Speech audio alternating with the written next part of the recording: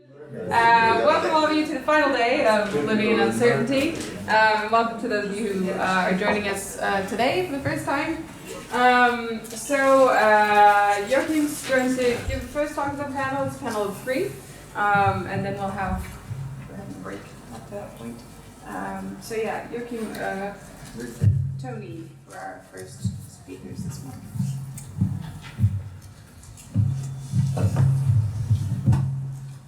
Thank you very much. Good morning, everybody. Illusion is an ambiguous term in Kierkegaard. When he uses the word, it's predominantly negative and synonymous with terms like phantasm, delusion, chimera, phantom, and glare. Yes, my friend, you live in an illusion and you accomplish nothing, he lets his ethicist blame the aestheticist, who is a true master of quote-unquote annihilating the illusion, but has not realized that he in his disillusioning practice negatively is dependent on his own critical business, and thus is in the midst of an illusion himself. Against this background, it's not surprising that Kierkegaard fully agrees with Socrates when he states that the greatest misfortune is to be in an illusion. While the negative use of the word, as mentioned, is the most frequent one, the positive is absolutely the most interesting. On a small piece of paper dated July 11th, 1836, the young Kierkegaard asks himself, to which degree is illusion necessary in the life of man? Later, he writes of Cordelia in the seducer's diary that, whereby and in which she is herself enough, it is in an illusion, which is the offering with which the nature has granted her. End of quote. Similarly, Kierkegaard, in a literary review, diagnoses the modern, unpassionate era with the following remark: life's existential task have lost the interest of reality. No illusion saves the divine growth of inwardness, which mellow into decisions. That an illusion is not merely something illusionary, not just a false notion of a case that turned out to be different than initially assumed, is evident in a passage in the Postscript that almost aphoristically describes the relationship between poetry and religiousness. The description is formed in one of these classic chiastic structures that belong to Kierkegaard's absolute favorite style, figures, probably because it fits perfectly with his dialectical discourse and maybe even generates it. Thus Kierkegaard, alias Johannes Climacus, declares, poetry is illusion before understanding, religiousness illusion after understanding. Between poetry and religiousness, worldly wisdom about life performs its vaudeville. Every individual who does not live either poetically or religiously is stupid. How stupid? Those wise and experienced people who know everything, who have a remedy for everything, and advice for everyone, are they stupid? And wherein lies their stupidity? Their stupidity is that after they have lost the poetic illusion, they do not have enough imagination and imagination passion to penetrate the mirage of probability and the reliability of a final teleology, all of which breaks up as soon as the infinite stirs. This passage not only could be read as an Enlightenment critique with pre-Freudian implications, but also as an exposé of the equally productive as problematic exchange between the aesthetic and the religious that takes place up through the authorship.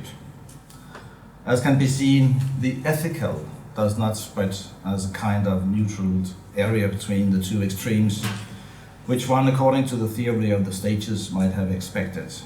Between the poetic and the religious illusion performs instead a worldly wisdom its vaudeville, a genre designation that associates to the light pastel-colored entertainment pieces by which J.L. Heiberg so generously amused his contemporaries. Then the ultimatum authoritatively is claimed that one should either live poetically or religiously, tertium non data, or rather tertium data, but this third position, represented by the wise and experienced men, the text denotes as genuine stupidity. The outrageous in this judgment provokes promptly a voice to protest, after which the text patiently explains that such a stupidity is not an intellectual one, but an existential issue. Stupid is the one who does not have the necessary imagination passion to make the transition or the leap from the poetic to the religious illusion, but midway loses momentum and tumbles into a merely rational form of existence. Between the poetic and the religious illusion is the similarity that they both, imaginary and counterfactual, holds a redemptive potential that can bring the individual beyond the existential dysfunctional teleology of pure rationality. Christianity is no illusion, but it advertises and subscribes to a reality that is not of this world and so far has the nature of an illusion. Christianity as an illusion in this very specific sense is something imaginary and counterfactual, and a condition for envisioning that something real and factual could actually be different than it is, not just a little different, but totally different. In this counterfactual function lies the revolutionary potential of illusion, both politically and religiously. The illusion is thus also the condition for being able to connect with a world whose reality is not the reality of this world, but God's extravagant and unpredictable. It is in this sense that religiosity is an illusion after understanding, and this is why other qualities and abilities than the purely intellectual are needed, including, not least, the imagination of which Kierkegaard alias Anticlimacus writes in The Sickness Unto Death. He writes, "Imagination is the infinite medium at all. It is not an ability like the other abilities, if one wants to speak thus. It is ability insta omnium, above all other others, or par excellence. However, what emotion, acknowledgement, will a human being possesses ultimately depends on what imagination he has." In this paper, I'll present Kierkegaard's notion of illusion perceived as existential possibilities dependent on different modalities in the reader. Tentatively, I will interpret the qualified illusion as a narration, whereas my use of modalities indicate the extent or the degree of receptivity by which one relates to one's own, respectively, an alien outer narration. In addition to being a sort of reformulation of the theory of the stages, my paper includes a brief discussion of Kierkegaard's autonomy as a writer. It's my contention that Kierkegaard's writing not only were addressed to his readers, but also to Kierkegaard himself, which is why his total authorship can be considered as a kind of Bildungsroman. In the second half of his dissertation on the concept of irony, Kierkegaard introduces in a poetic nomenclature modalities of self-relation in the following manner. It is indeed one thing to compose oneself poetically. It is something else to be composed poetically. The Christian lets himself be poetically composed, and in this respect, a simple Christian lives far more poetically than many a brilliant intellectual. End of quote. Even though the authorship has not yet begun, for real, I think these lines can be read as an indication of the fundamental forms of the identity formation process that Kierkegaard lays out in his whole production. The words compose and form are synonymous. Kierkegaard's manifesto can thus be divided into the following three phases: to form oneself, to let oneself be formed, and thirdly, to let oneself be formed as a Christian. Such a division is also interesting insofar as it can be connected with, or rather set alongside, the so-called theory of the stages, which from a formation perspective can be defined as follows. To form oneself corresponds to the aesthetic stage, to let oneself be formed corresponds to the ethical stage, and to the religious stage corresponds to letting oneself be composed or formed as, note well, a Christian. The difference between the aesthetic and the ethical stages is a difference with regard to receptivity, which on the other hand unites the ethical and the religious stage, which in turn differ in their relation to that which forms the subject, either the formation impulse or the formation authority.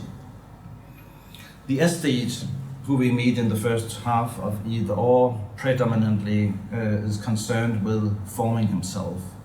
He lives the free life of a bohemian, adores beauty in the world, loves the magic of the theatre, writes on Mozart's Don Juan, despises the small-minded lifestyle of the bourgeois, and longs for the intense, the sublime, the blessedness of the moment. Like the ironist that Kierkegaard depicts in the second half of his dissertation, the aesthete has distanced himself from his bourgeois lifestyle and has to that extent begun the individualization that is the condition for being able to step out from the crowd, abandon the flock, and become conscious of one's individuality. The problem, however, is that this aesthetic individualization is not balanced out by a corresponding socialization, and therefore wraps itself up in an individualism that brings him 7,000 fathoms beyond good and evil. Kierkegaard's ironist evades every demand for self-formation and gives himself over to a self-dramatization, from whence arises the paradox that the self that stages this drama is precisely not a self, but the very opposite. The ironist is an attitude relativist who swaps one mask for another simply in order to hide the fact that he actually has no face at all. A desperate actor who must grasp at ever more theatrical measures just to feel alive, but who lacks any deeper continuity in his existence and lives his life in external modus from himself. I quote, "At times he is on the way to the monastery, and along the way he visits Venusberg. At times he is on the way to Venusberg, and along the way he prays at a monastery." End of quote, likely. Kierkegaard's ironist is pure possibility and lacks necessity, and is for that reason in despair. Becoming a genuine self presupposes, ethically speaking, a dialectical exchange between the I and the not I. For it is, as Ricoeur reminds us, only by virtue of diverse detours that one can be led to one's own life, which is a point the ethicist William compresses into the following formula. In this way, his movement is from himself through the world to himself. A very decisive sentence. In this way, his movement is from himself through the world to himself. This sentence could be seen as the shortest possible definition of the narrative structure in any Bildungsroman, in which Judge Wilhelm, just like Goethe's Wilhelm Meister, could be installed in order to live, strive, and to die. Wilhelm is conscious of being embedded in the world, and he recognizes the significance of familial and interpersonal relationships, and he knows that his life is unthinkable apart from these. This difference from petit bourgeois or other types of banal conformists who merely go along with the agenda of the day is not at all obvious, but this is because it's a difference of an invisible kind. Wilhelm is happy to share with his readers his insights into the structures that, according to his way of thinking, undergird the self. He states, "When everything has become quiet around one, solemn as a clear starry night, and when the soul becomes one with the entire world, then what appears before it is not a distinguished person, but the eternal power itself. It is as if the heavens parted and the eye chooses itself, or more accurately, receives itself. He does not become another person than he was before, but he becomes himself. To choose oneself is thus intimately connected with the possibility of being able to receive one's self. The subject is not to produce itself by means of titanic exertions, but to receive itself is and is thus equally productive and receptive. Indeed, according to William's self-correction, it is the latter more than the former. Nevertheless, it would be an oversimplification, or more precisely to falsify the situation, if one portrayed William simply and solely as a representative of the receptive modality. For the subject that Wilhelm portrays as active, involved in projects and seeking to manage his life. It wills and acts in order to establish itself as a personality, and to that extent its project is self-formation.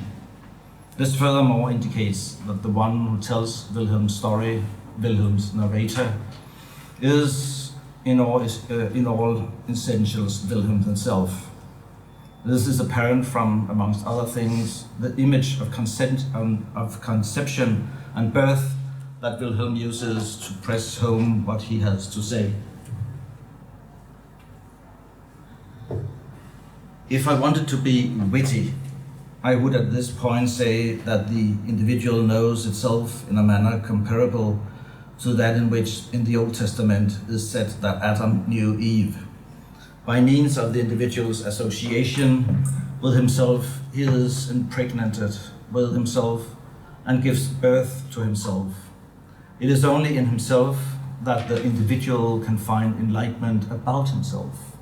It's only in himself that the individual can find enlightenment about himself. Wilhelm is not being only witty. However, he is acknowledging with great exactness the source of his impulse to form his own identity, namely himself. The idea that by practicing a kind of Socratic association with himself, a person can impregnate and liberate himself, and thus by his own formative desire enable an authentic version of himself to be brought into the world, is absolutely decisive for Wilhelm's notion of the individual's authenticity. In whatever way one imagines the God to which Wilhelm occasionally refers, it's not a being that necessitates any profound vision or composing of Wilhelm's story about himself. Ethically speaking, God functions as the ultimate possibility of and legitimation for Wilhelm's appropriation of the narrative in which he was already inscribed. Consequently, there is a perfect logic in the fact that Wilhelm characterizes himself as his own responsible editor, who is, as he adds, responsible for himself in a personal sense, insofar as what he chooses will have a decisive impact on himself. He is responsible in relation to how the world in which he lives is ordered, and he is responsible as standing before God. In conclusion, Wilhelm's identity is not a narrative identity in the strict sense, since it's not decisively entwined with any alien narrative, but is essentially defined by his social and cultural context and accordingly attuned with civic values. I skip my plaidoyer for the estate and go directly to the religious part, to let oneself be formed.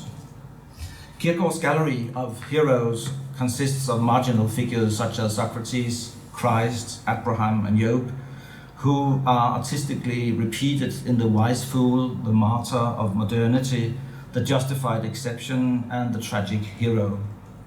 They are marginal in relation to a center which philosophically is classified as mediation, existentially as philisticism, and socially, psychologically as mass, volume, numerus, which in turn connects to negative markers as common sense, reconciliation, outcome, routine, and elusive harmony.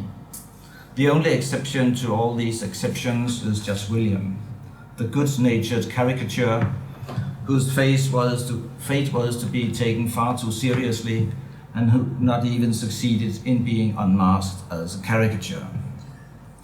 Kierkegaard never wrote a novel, but he thought in narrative types and populated his works with textual figures, which he either imported from the enormous fund of world literature or single-handedly conjured up out of the magical darkness of the ink bottle.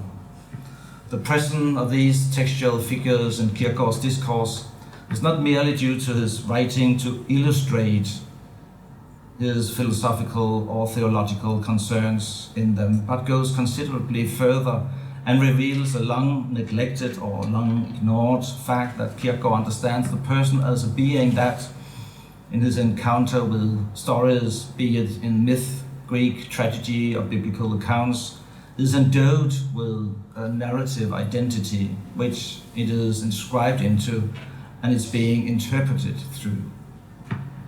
Thus, the harmonious figure of either or William is dissolved into marginal figures whose lives are so dark, continuous, and conflicted that they can only be stabilized by virtue of some external factor and thus succeeded only by virtue of the absurd. Kierkegaard does not write novels of formation, but novels of anti-formation or deformation that deconstructs a sequence of cultural, ethical, and religious norms, facing the individual with the possibility of a new narrative identity. The narrative deconstruction of the self takes place in Fear and Trembling, in which the well-known story of Abraham who went to Mount Moriah in order almost to sacrifice his son Isaac. Fear and Trembling stands as portal into a number of ethical religious narratives full to bursting with heroes and heroines who by their marginal positions in the great texts of history demonstrate that exceptions actually do exist and that they, disturbingly enough, can have their indisputable merits. With its themes of sacrifice and the thereby connected question of whether a legitimate suspension of the ethical is possible, Fear and Trembling has not just announced an individualization without socialization, but has also taken up a provocative position on the absolute outer edge of modern society. In my view, Kierkegaard displays the fulfillment of authenticity in two paradoxical processes. While the non-narrative process consists in that to become oneself is to be another than one was before one began becoming oneself, then the narrative process is to become another than the other one had become when one finally had become oneself. According to Kierkegaard, an authentic self-relationship is not only implying that one should relate oneself to oneself as a not yet implemented self-relationship. No, authentic becomes the self-relationship first and foremost when one also relates oneself to oneself as a more or less fully actualized narrative possibility. Christian identity is to conceive oneself as a narrative possibility at the disposal of God, which is to say that God, namely the God who is proclaimed in Jesus of Nazareth and who has sealed his fate. The pseudonyms Vigilius Hoffniensis, Climacus, and Anticlimacus each could be said to represent what I have called the paradoxical processes of the self-relationship, with some more or less programmatic declarations. Vigilius Hoffniensis, when he, in the concept of anxiety, claims that the task is to make a person into, I quote, the true and the whole man, end of quote, whereby he, so to speak, silently inserts the individuation into an existential register without any narrative notation. And Climacus, in the postscript, in which he, as the specific precondition for religiosity B, declares that, I quote, the existing person must have lost continuity with himself, must have become someone else, must have become another, end of quote. Further circumstances are later specified in the Sickness unto Death by Anticlimacus with the following remarks: the self no longer is merely human, not only a human self, but it is what I, hoping not to be misunderstood, would call the theological self, the self directly before God, end of quote. The self must be broken in order to become himself, Anticlimacus later claims, and has thereby, with a sort of brilliant anachronistic precision, announced the deconstruction of the subject as this is practiced by the theological Kierkegaard, perhaps most significantly in the edifying discourses in which the New Testament functions as a huge prism through which this breaking of the subject takes place.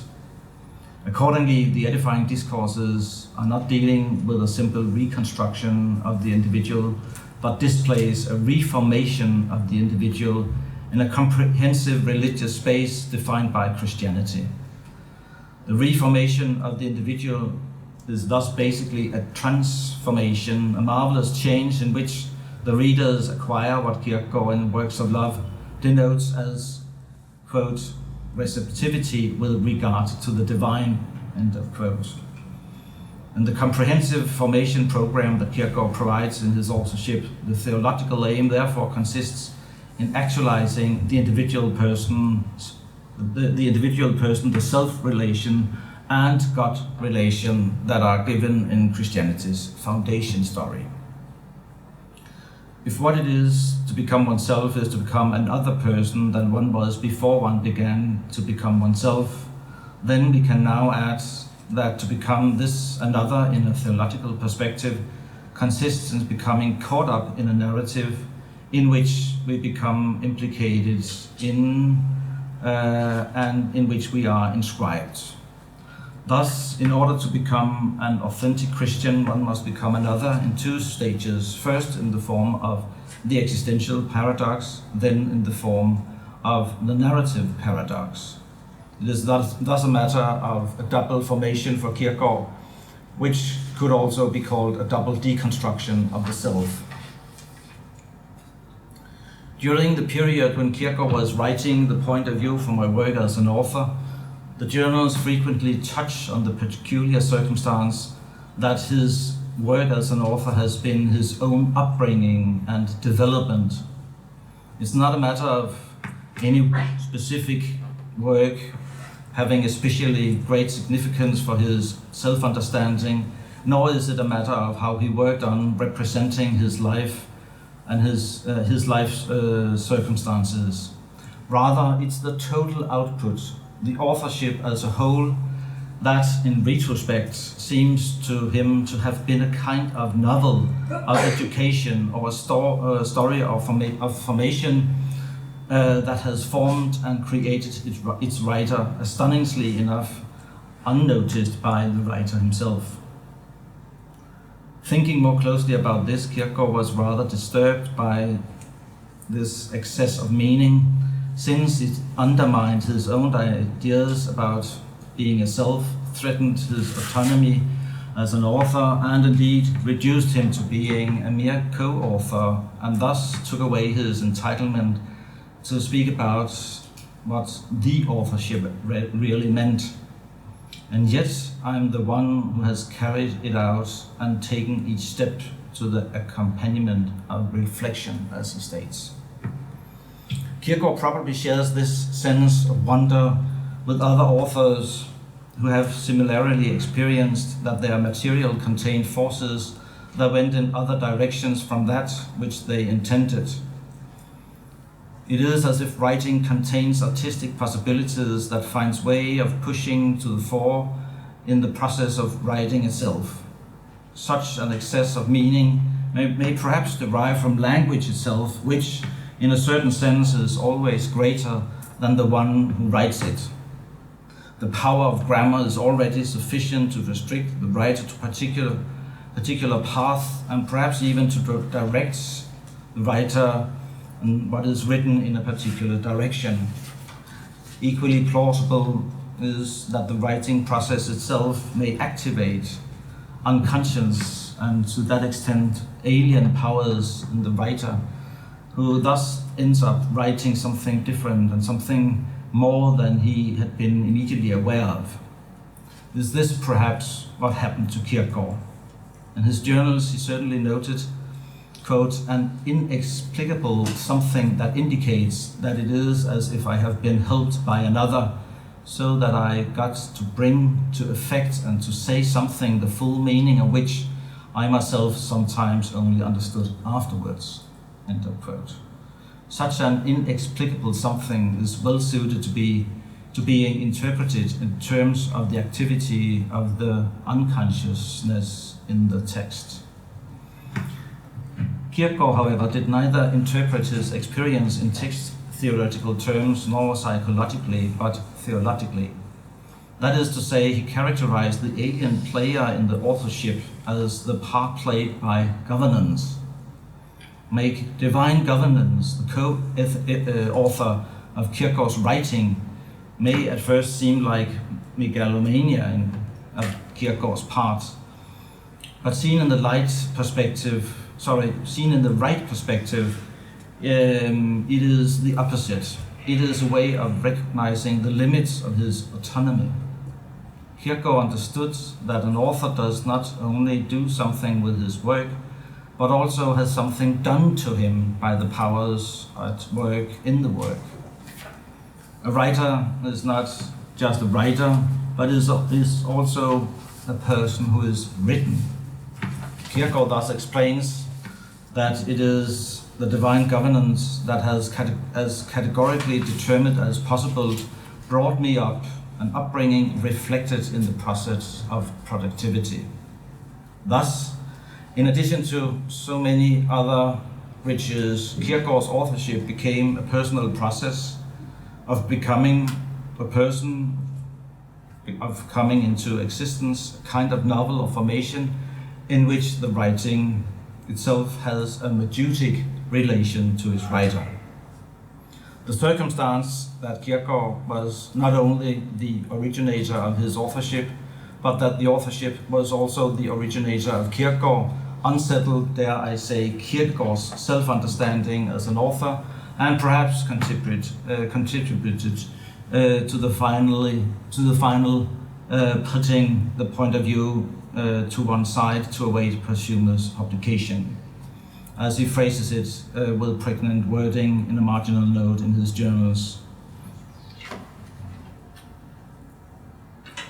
The difficulty in publishing what I have written about the authorship is and remains that I have nevertheless really been used without myself probably knowing or entirely knowing it.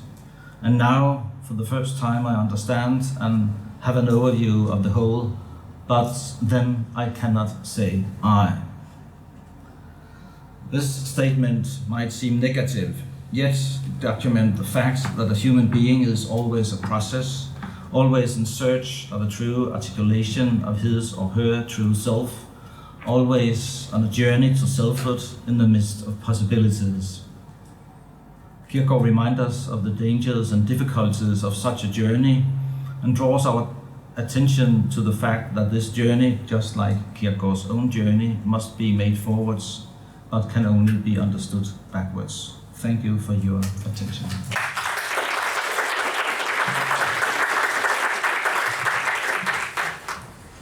So this is also a friendly reminder that there's this new book series on Kierkegaard with Roman and Littlefield, also Lexington Books. If any of you is working on a monograph or is interested in developing an edited anthology devoted to any aspect of Kierkegaard, I'd love to talk with you about it at some point. Another slightly offhand remark before I begin. This is going to be a paper that's a little bit like John's paper, in that it's going to be more about Kierkegaardian ideas and Kierkegaardian problems than careful Kierkegaard exegesis. I'll leave the careful exegesis to Joachim and people who are better suited to that sort of thing than myself. Anyway, 1. Kierkegaard's therapeutic project.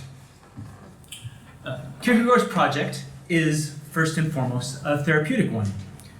Although he makes theological points and defends philosophical theses, as Eleanor is at pains to point out to us, he's not primarily a theologian or a philosopher. Instead, he's a physician of the soul. His aim is to help us get better, existentially speaking, to cure us of our spiritual ills. And what Kierkegaard thinks we need to help us overcome the anxiety and despair that plague our lives is a transformation. We've got to turn our backs on the goal of self-gratification that so many of us embrace. We've got to devote ourselves to God and the good rather than to ourselves. In some, Kierkegaard's prescription for our existential ailments is that we leave behind the aesthetic life and turn in an ethical or religious direction. The central question facing Kierkegaard is thus a practical one. How can he inspire these kinds of transformations? How can he get us, his readers, to change who we are at a fundamental level? Following Ryan Kemp and some others, I'm going to argue that reason is not the proper tool for this task. No mere argument, even if cogent or sound, can move people in the way that Kierkegaard wants to move them. Yet, I'll maintain that where reason fails, art can succeed. Indeed, to the degree that Kierkegaard ever inspires transformations, it's in virtue of the beauty of his words and the aesthetic appeal of his stories, rather than the force of his logic. 2. Transformational change. Appreciating the depths of Kierkegaard's practical problem requires understanding the kind of change that he wants to bring about. His goal is to inspire what he refers to as qualitative changes, but that in the literature today are often called transformations. Transformations have 2 parts. First, they involve a shift in our desires, preferences, and values. In a transformation, we come to care about something we didn't previously care about. Second, transformations involve a shift in our epistemic standpoint. In a transformation, we enter a new way of seeing the world, one we did not and couldn't have understood beforehand. So, classic examples of transformations include getting married, deciding to become a parent, starting a new career, enlisting in the military.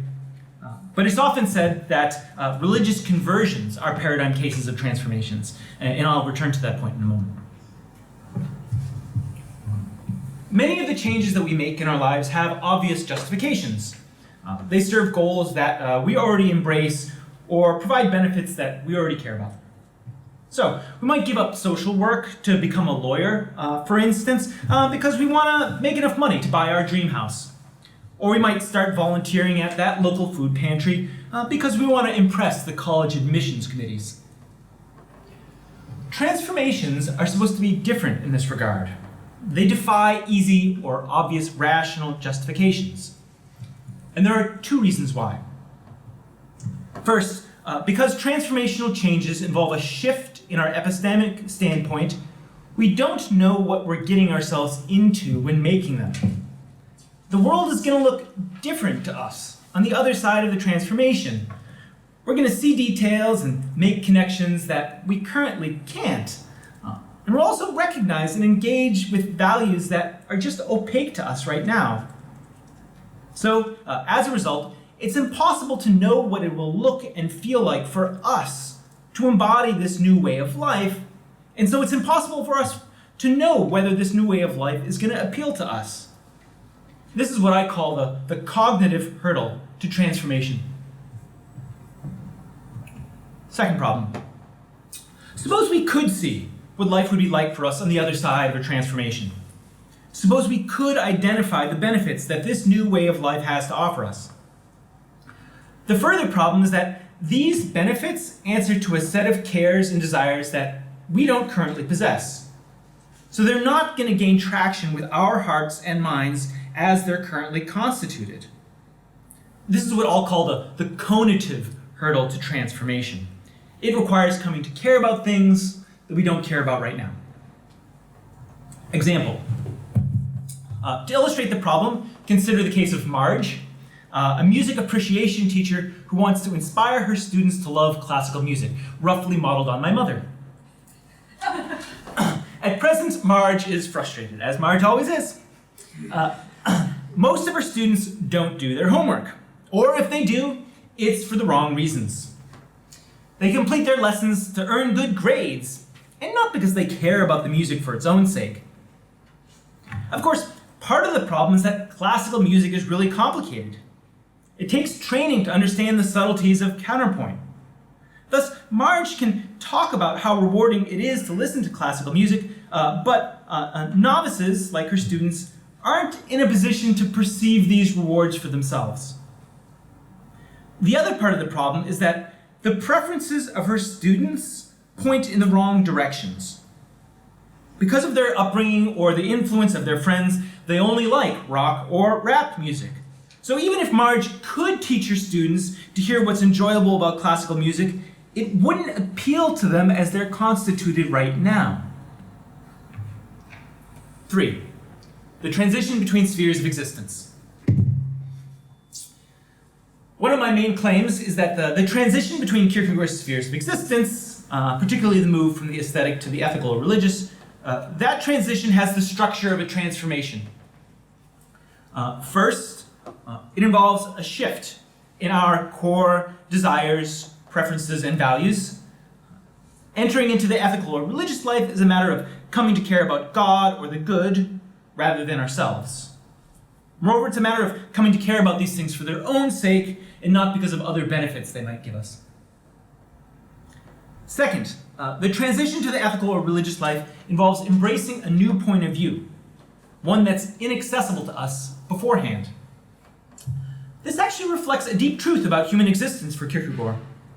Only someone who embraces a given life view can grasp it.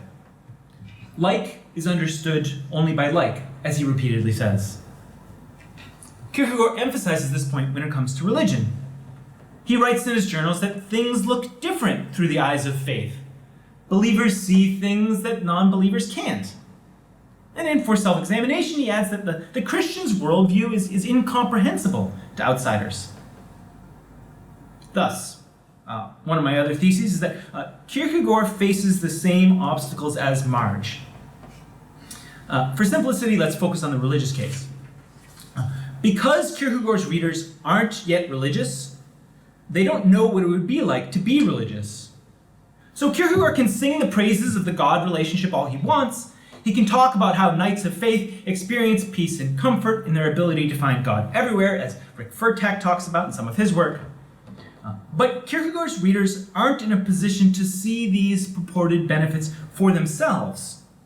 So they can't say whether they'd find the religious life as appealing as Kierkegaard does if they experienced it firsthand. That's the cognitive hurdle. In addition, even if Kierkegaard could get his readers to see for themselves the value of the religious life, it still wouldn't motivate them to become religious. For at present, Kierkegaard's readers don't have an affinity for spiritual goods. Their tastes are for earthly matters. In other words, as Kierkegaard often attests, their problem isn't just a lack of knowledge. It isn't just that they don't know what they're missing. It's also that their desires and preferences are out of whack. They're not oriented in the right way. They don't currently want what the religious life has to offer. This is the conative hurdle to motivating religious conversions. 4, the imagination solution. These kind of considerations have led to commentators in a couple of different directions. One response has been to follow Alistair MacIntyre and interpret Kierkegaard as saying that the transition to the religious sphere involves some kind of irrational leap. Through sheer force of will, we've got to make ourselves believe what we lack reason to believe. Of course, you all know that this reading of Kierkegaard is controversial, but there are some texts that seem to suggest it. Postscript sometimes gives the impression that religion is a matter of passion rather than understanding. Fear and Trembling talks about how the movement of faith is made by virtue of the absurd. And there are journal entries where Kierkegaard says that the kind of commitment to God that he cares about can't be based on reasons. Another response has been to interpret Kierkegaard as a kind of Calvinist. On this view, Kierkegaard holds that the religious life isn't something that we choose, it's something that God chooses for us. We don't transform ourselves, we are transformed by a higher power. So we just don't need to be provided with any kind of rational justification. This interpretation also enjoys some textual support. In Philosophical Fragments, Climacus paints a picture of Christianity according to which God does absolutely everything for the believer. And the idea that we can do nothing without God is one that we find throughout Kierkegaard's writings. I don't want to dismiss either of these readings. I think each of them captures some aspect of Kierkegaard's authorship, and I'm not sure that we can kind of wrangle Kierkegaard's authorship into some kind of coherent system. My problem is that neither of these readings addresses what I take to be the primary question facing Kierkegaard. Neither of them explains what is Kierkegaard's role supposed to be as our existential therapist. If God does absolutely everything, what's left for him to do? Or if the movement of faith is just some kind of irrational leap, why does Kierkegaard write thousands and thousands of pages trying to guide us through the process? So fortunately, a number of scholars, including some of you, have tried to develop interpretations of Kierkegaard that avoid the extremes of Calvinism and McIntyreanism. The most promising of these are those that assign a central role to the imagination. And it's easy to see the appeal of this kind of approach. In Sickness, we read that the function of our imaginations is to provide us with an image of our higher selves. And it's natural to think that some kind of vision of our higher selves might draw us to those selves. Seeing who we might become can motivate us to take the steps to actually become that kind of person. And then the role for Kierkegaard here is going to be obvious. His task is to inspire our imaginations, to help us envision our higher, transformed selves. And indeed, that's what we get in his writings. The characters he creates disclose ways that we could live. But how exactly is this story supposed to work? How can our imaginations, aided by Kierkegaard's literary art or otherwise, do what reason can't? How can they overcome the cognitive and conative hurdles that I've been describing? Those are the questions I'm going to try to answer in the rest of my talk. So, 5. The cognitive obstacle.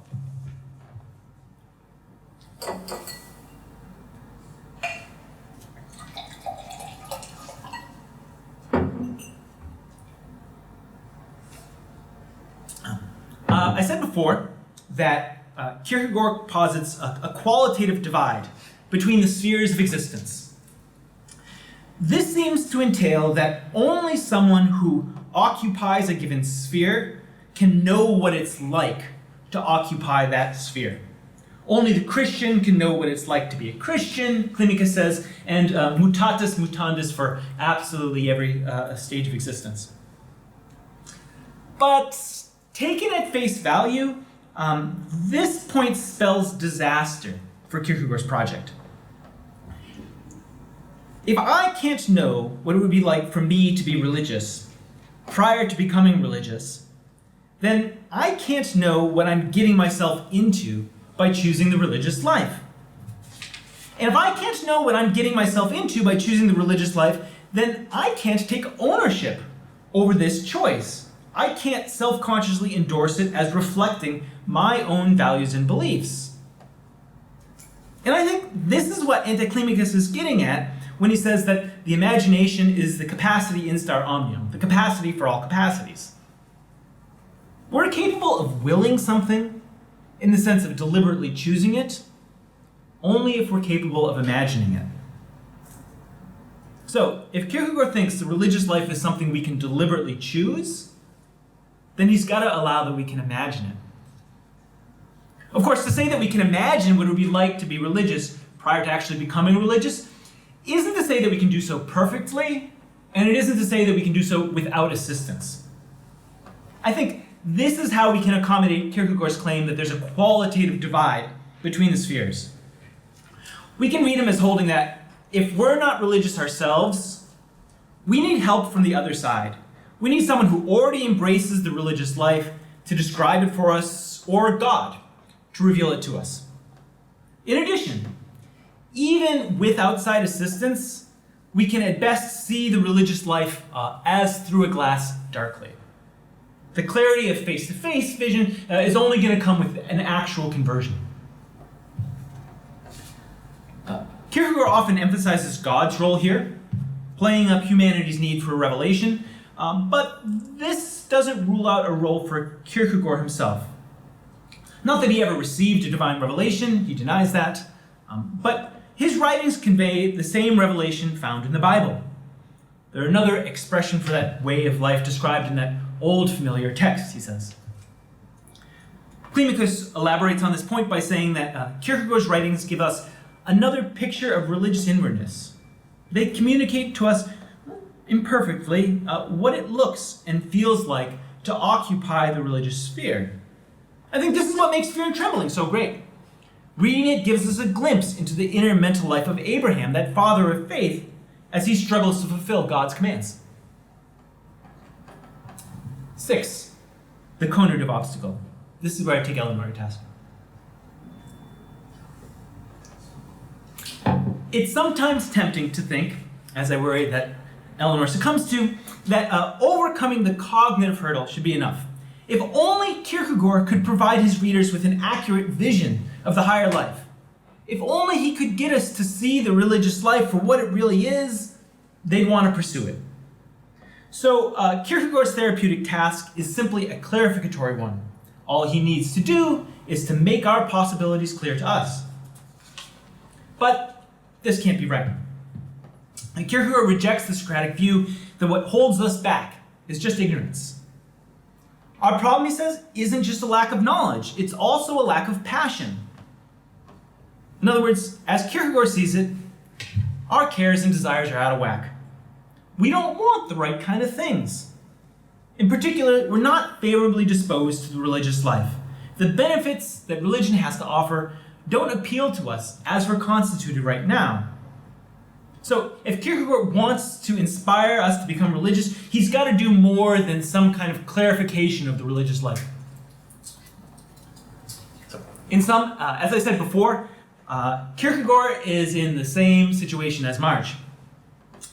Because Marge's students don't currently care about the value of classical music, showing them the value of classical music isn't going to get them to do their homework. When discussing a related version of this example, Agnes Callard, in her great book Aspiration, I encourage you all to read it, it's great. Agnes Callard concludes that only something extrinsic to classical music is going to do the trick. Only the promise of some reward or the fear of some punishment is going to move students to do their work. Moreover, the extrinsic motivation has got to be something that speaks to the students' current desires and cares. The extrinsic motivation can't presuppose that they have more developed cares than they actually do. In addition, Callard observes, extrinsic motivations aren't actually enough. They're not going to carry the students all the way through the transformation, all the way to the end state of caring about classical music for its own sake. So, the extrinsic motivations that pull the students forward have to have a provisional status, or she calls it a proleptic status. Their purpose has got to be to get students to engage with classical music long enough and seriously enough that they come to appreciate it for its own sake. In other words, the teacher has got to hope, Marge has got to hope that listening to classical music, even if for the wrong reasons, is going to have a transformative effect on the students. It's going to change their preferences so that they align with what classical music has to offer. Well, $1 million question, how is that transformation supposed to happen? How are the students supposed to shift from caring about classical music for extrinsic reasons, like grades, to caring about it for its own sake? satisfying answers here are elusive. But it helps to see that the puzzle isn't new or unique to the kind of cases that I'm talking about. What's at stake is really the question of how habituation works. We know that our brains are hardwired to like what we repeatedly do. The more we engage in a behavior, the more that we tend to enjoy it. What remains unclear is how or why that happens. And I know that there's a bunch of scientific theories on offer to explain habituation, but I'm going to save adjudication of them for some other time. For now, it's going to have to satisfy you for me to say that this phenomenon occurs regularly in a lot of places in life, so I'm not particularly embarrassed by relying on it here. 7. Kierkegaard on extrinsic motivation. On my view, Kierkegaard accepts a version of Kierkegaard's theory. But this might seem wrong to you. And that's like one of my main claims, that Kierkegaard accepts a version of Kierkegaard's view. But this just might seem wrong because Kierkegaard relies on extrinsic motivations, and Kierkegaard often finds extrinsic motivation objectionable. In Upbuilding Discourses in Various Spirits, he accuses the person who wills the good for the sake of the reward of lacking purity of heart. In Christian Discourses, he criticizes those who obey God because of what they'll get out of it for breaking that injunction against serving two masters. Yet, I think these kind of passages tell only one side of the story. In a number of other texts, either Kierkegaard or one of his pseudonyms touts the extrinsic benefits of morality, religion, or Christianity in particular. In either or, Judge William praises the ethical life because it provides a way out of despair. And Anticlimacus makes a similar point about religion. In addition, both Climacus and Kierkegaard speak about Christianity's promise of eternal happiness in a way that sounds like Pascal. Climacus goes so far as to say that an interest in eternal happiness is what attracts people to Christianity in the first place. So, Kierkegaard's of two minds about extrinsic motivations. Sometimes he seems for them, other times against them. I think we can resolve this tension by attributing to him a version of Kierkegaard's view. On the one hand, Kierkegaard regards extrinsic motivation as crucial for jump-starting the transformation process. Extrinsic motivations attract the attention of people who don't already care about God or the good, getting them to take those things seriously and to engage with them in a preliminary way. On the other hand, Kierkegaard believes that we got to move beyond extrinsic motivations. They're just a ladder we're to climb up, but eventually kick away.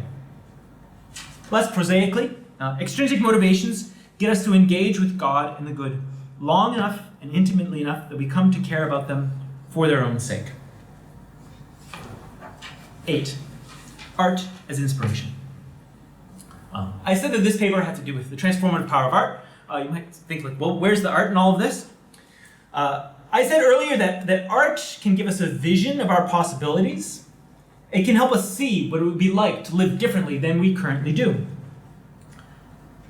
But art also draws us to our possibilities. It inspires us to leave behind the old versions of ourselves. In short, art can help us overcome the cognitive hurdle to transformation. One way art inspires us is by giving us aesthetically appealing images of our possibilities. An artist may describe some new way of life we could adopt with beautiful words or depict it with striking visual forms. An artist may embed this new way of life in a gripping narrative or have it embodied by a charming character. The result is that we feel pleasure upon viewing, hearing, or reading about this possible life. And this pleasure draws us in. It captivates our hearts and our minds. It pulls us toward the new way of life in such a way that we find ourselves wanting to embody it. This is beauty's great power. It makes us want to repeat what we see. Of course, when it comes to transformations, the hope is that we'll eventually stop needing the pull of beauty. We'll engage with the new way of life long enough and deeply enough that we come to care about it for its own sake. In other words, the hope is that aesthetic pleasure we experience when perceiving the beautiful representations of the new life will function like rewards, punishments, and other extrinsic motivations. Beauty is a ladder we climb up, but ultimately kick away. 9. Kierkegaard's use of art. One of my major claims in this paper is that Kierkegaard wants to use art in the way I just described. He wants to use art as a means to inspire transformations. Initial evidence isn't hard to come by. In Point of View, Kierkegaard says that he's got to begin where his readers are. When trying to motivate people to change their lives, he can't assume they have cares that they lack. He's got to speak to desires that they actually possess. And Kierkegaard also observes that his target audience, well, they have aesthetic interests. They live their lives in aesthetic categories and in pursuit of aesthetic ends. So if Kierkegaard wants to reach people, his writing style has got to appeal to people's aesthetic interests. He's got to give them something beautiful and brilliant. Yet, in something that's a trouble spot for my interpretation, Kierkegaard places limits on his use of aesthetics. It's permissible, he says in Point of View, to rely on beauty to capture people's attention and make them aware of their possibilities. But it's unacceptable to use aesthetics to push or to pull people towards any option in particular. And we find that same restriction in Postscript. Klinicus says, aesthetics to attract people's attention, okay. But beyond that, people have got to be allowed to go their own way without outside influence. And he specifically objects to using aesthetics to inspire people to become religious. The depth of Kierkegaard's worries about aesthetics becomes apparent in that journal entry where he says that Jesus had to be ugly. Not only did the Son of God have to lack money and worldly power, but like Socrates, he had to lack physical beauty. Kierkegaard extends this line of thinking in Adler. To ensure that people aren't attracted to religion for the wrong reasons, all true apostles got to make themselves look repugnant. They've got to forego finely tailored clothing and handsome appearances, and ideally, and here I fare nicely, they won't even have sonorous voices. In sum, it seems Kierkegaard wants things set up so people become religious for the right reasons or not at all. One of my main claims is that this kind of insistence on motivational purity is misguided. Think about Marge. If she removes all possible wrong reasons from the table to ensure that her students only do their homework for the right reasons, you know what the result is going to be? They're not going to do their homework. For Marge's students don't care enough about classical music to do their homework for the right reasons, for its own sake. Prior to taking her class, they're not interested in what classical music has to offer. So her students need some kind of wrong reasons to get started. They need a reward, like grades or chocolate, or a punishment, like Marge yelling at them, to drive them forward. In fact, demanding that people have pure motivations at the outset, that violates Kierkegaard's rule of starting where people are. There's a part of Kierkegaard that would appreciate this point. It fits his rule about beginning where people are. It also reflects his actual practice. His accounts and descriptions of the religious life, they're not ugly, they're not aesthetically repugnant, they're beautiful, striking, witty, humorous. In Fear and Trembling, the lyrical brilliance of Silencio's speech in praise of Abraham mirrors his admiration for the father of faith. Same thing holds about discourses dedicated to the lilies of the field and the birds of the air. The language Kierkegaard uses to describe these two metaphors possesses a kind of sublime elegance. Finally, think of works of love. Along with Fear and Trembling, it may be the text that's inspired the most readers. But what draws people to works of love isn't just what Kierkegaard says, but how he says it. It's the aesthetic appeal of Kierkegaard's literary style that's the primary engine of the work's transformative power. So, final couple of remarks here. So, in sum, on my account, art stands at the center of Kierkegaard's project. It's the means by which he motivates us to make transformational changes. The stories he tells offers us glimpses of ethical and religious modes of existence, and the aesthetic appeal of his writing draws us towards these lifestyles. Of course, Kierkegaard's strategies raise some moral problems. It seems kind of manipulative to use aesthetic appeals rather than reasons to get people to do things. That's what we find troubling about advertising and marketing campaigns. But I'm unsure whether this objection would bother Kierkegaard. It's true he talks about the importance of autonomy and letting people go their own way, but he also talks about deceiving people into the truth. I've written a lot about the ethics of Kierkegaard's use of deception, and I'm going to wait for another time in order to kind of apply what I've said elsewhere about that to this particular issue. And so I'll end here. Thank you very much.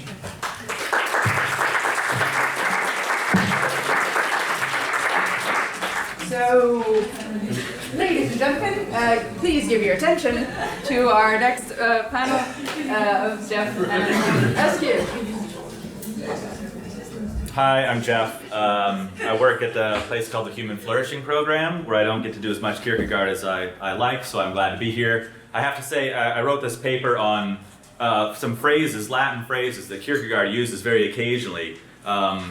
And I think there's less to all this than I thought, right? So this is a huge anticlimax, but I can say that the virtue in this paper that remains, perhaps the only virtue that remains, is the way in which I expect it to make a slight contribution to the ideas that have been developed by my illustrious predecessors here at this event, which has been very gratifying indeed. And I think of this as just one more facet in the kaleidoscope. So, Kierkegaard very occasionally uses the paired phrases ab posse ad esse, which means from possibility to actuality, and its converse, ab esse ad posse, which of course means from actuality to possibility.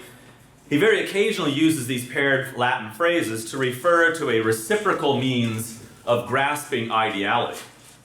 These occasions occur in Climacus's concluding Unscientific Postscript, and in Frater Taciturnus' letter to the reader from Stages on Life's Way, as well as in the journal. Kierkegaard's interpretation of this phrase, which it turns out has a long history in Western thought, also represents a decisive and singular intervention into the history of metaphysics and logic, especially as it was being recast in the wake of Hegel's transformative influence on the field of logic that was being felt in Golden Age Denmark. Now, these phrases, it turns out, have a significant history.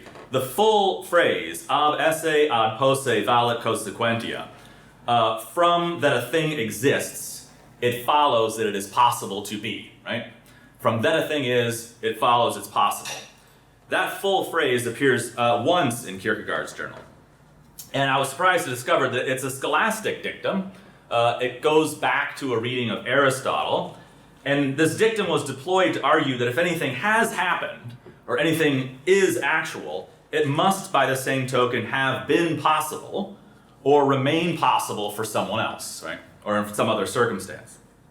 Now, as far as I can tell, the principle finds a precise formulation, though not in these exact words, with Duns Scotus, I think, and thence entered into fairly popular acceptance. You can find it even in sort of theater, popular theater and things like that. Sticking with merely an English language example, in 1675 we find the morning exercise against popery, right? A polemic, an anti-Roman polemic of Anglican clergymen asserting that assurance of salvation is possible to be attained because it hath been attained, right? So the argument here from the logical principle is that it's possible for a Christian believer of the present day to be assured of her salvation because that assurance has already been provided to persons of faith as attested in the scriptures. Because assurance of salvation is actual, then it must be possible for others to be similarly assured. Of greater relevance for Kierkegaard is Kant's usage of the principle. In his lectures on metaphysics, he invoked the phrase ab posse ad esse valet consequentia in order to dispute it, right? One cannot move from possibility to actuality, according to Kant. That one could move from a possibility to an actuality was a mode of proceeding an argument that Kant here seeks to deny. This is an essential element of his famous argument that existence is not a predicate, and thus a key plank in his refutation of the so-called ontological argument for the existence of God. Kant uses this principle to argue that there can be no movement from the possibility of a thing's being to its actual being. This effectively then blocks the ontological argument as it was classically conceived, because that chain of reasoning depends on drawing a conclusion about God's actual existence from the mere possibility of God's existence. In the lectures on metaphysics, Kant expressly argues that while it is true that one can, along with the scholastics, argue from actual being to possibility, such that any actual existence is thereby also possible, the converse is not true, such that no possibility can be the basis of a sound inference to any actual existence. Now, the fact that the principle was not convertible in this way was widely accepted, right? I mean, that seems fairly clear. The thing that Kant is doing that's innovative is to enforce that logic against the ontological argument as a specific and exceptional instance of concluding actuality from possibility, right? So advocates of the ontological argument wanted to say, well, of course, generally you can't, this is Anselm's reply to Gaunilo, right? Generally, of course, you can't sort of infer actuality from possibility, but in this super special case, you can, right? And so Kant wants to say, no, you can't, right? Not even there. Now, Kierkegaard, I take it, largely accepts Kant's usage of this principle, seeing as how he's sympathetic with Kant's criticisms of traditional proofs for God's existence.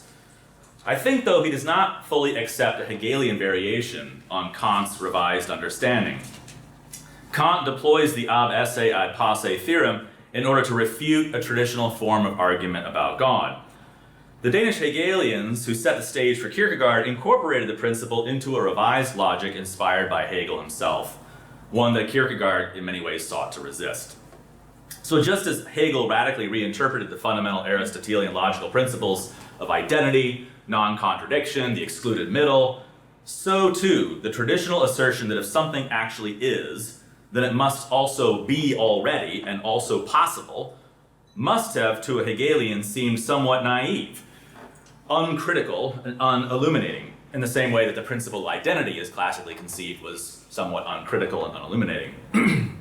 So, to appreciate this point, I want to turn to an instance of how the phrase was being used currently in Danish speculative philosophy at the time that Kierkegaard picks it up. The most important use that I could find for our purposes is in Heiberg. We find in his review of Valdemar Henrik Roth's otherwise entirely forgotten treatise on the doctrine of the Trinity and reconciliation, a deployment of the principles repeated by Kierkegaard. And Heiberg does this in a thoroughgoingly Hegelian attack on Roth, who he regards as insufficiently speculative. The way Heiberg uses this principle and the association that he makes between it and Kierkegaardian concerns make this particular treatise a plausible candidate for a line of thought that might have inspired Kierkegaard's implicit rejoinder in his own writing. So I suspect it's certain that Kierkegaard was familiar with this review, and it may be that this is what's causing him to pick up these phrases and use them in his own way. That rejoinder can be read as a piece with Kierkegaard's overall resistance to subscribing wholesale to Hegel's revision of classical logical principles. Just as Kierkegaard defends the binding force of contradiction when it comes to ethical choice, freedom, and character development, so too he seeks to preserve possibility's entailment by actuality.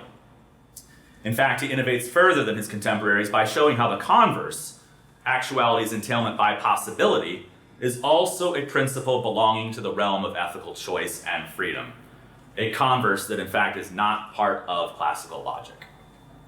So, Heiberg's use of the principle occurs in the fourth of 6 sections in his review of Roth, entitled significantly for us, Ideality and Idea.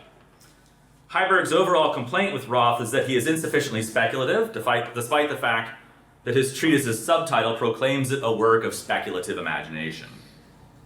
Heiberg's particular complaint in section 4 is that Roth has confused the ideal and the idea, rather than grasping them in their ultimate conceptual unity. The same problem bedevils Roth's conflation of essence and phenomenon, substance and accident, and other such familiar categories. Heiberg is stunned to discover Roth affirming a to him unbelievable truth in the following sentence, and I quote from Roth. Roth says, "When the spirit or essence of a thing is present, then the thing is also present. Either it is thus present or it is not. Or vice versa, when the essence is gone, the thing is gone." So, Heiberg says that the problem here with Roth is that he is relying on what Heiberg calls an abandoned proposition of formal logic, right? Roth is relying on an abandoned proposition of formal logic, and that proposition is ab posse ad esse valid consequentia, right?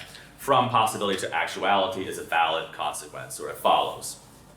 So, the issue is that for Roth, when the essence of a thing is present, so also is the thing of which it is the essence, and vice versa. When the essence has eluded us, so too has the thing. For this to be true, Heiberg argues, we would have to buy into the fallacious converse of the ab esse ad posse principle, according to which being merely possible implies genuine actuality. I quote from Heiberg, "But here the author, Roth, seeks to oppose the general conviction of morality, art, and religion that spirit is actual. For if every posse is an esse, if every possibility is already an actuality, then there can be no talk of spirit on the basis of the first determination. Another tacit presupposition is required, because a spirit that does not realize its possibility simply proves that it is not spirit. For spirit is more than a possibility from which existence proceeds. As such, it could hardly be called spirit. Spirit proceeds from existence and has it as its presupposition." End of quote. So Heiberg's point here, if I understand it properly, that's a big if, is that spirit is always actual, such that to speak of a possibility implying actuality is to have failed to realize spirit in the first place, inasmuch as spirit is always the speculatively grasped unity of possibility and actuality in their fundamental unity. Once again, Roth has not gone far enough in his speculation, as his own examples prove.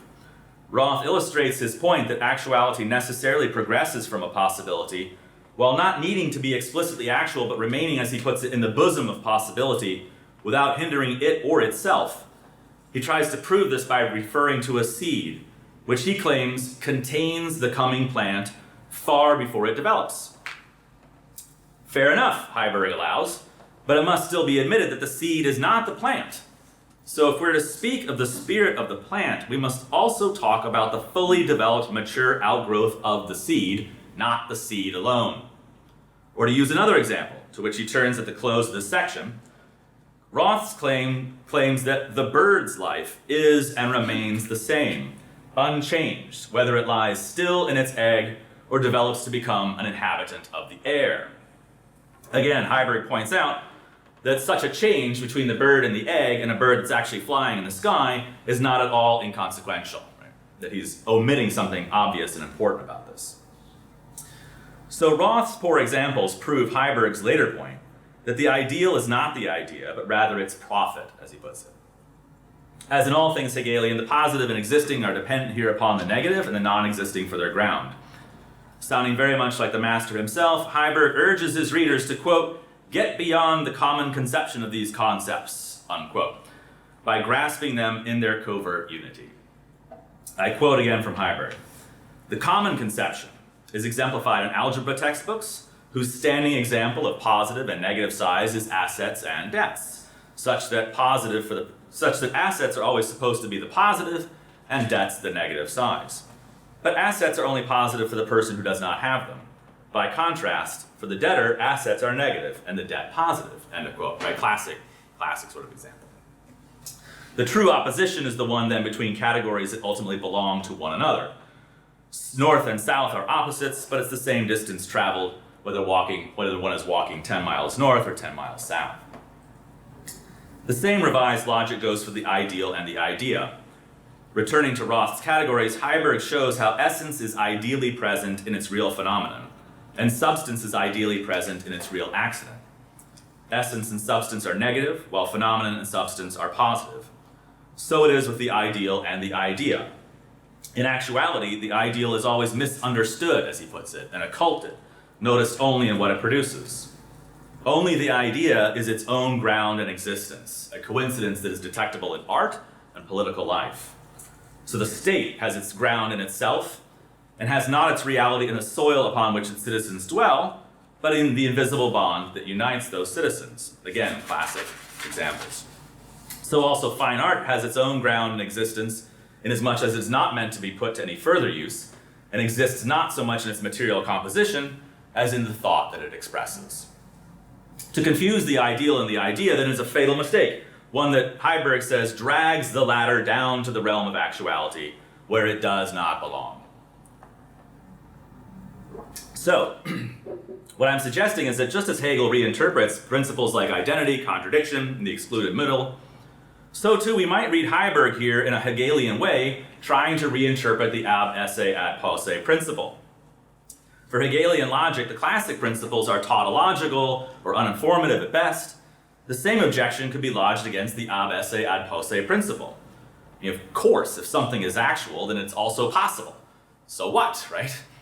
Similarly, Heiberg treats the converse ab posse ad esse as not just invalid, but vacuous in Roth's handling of it.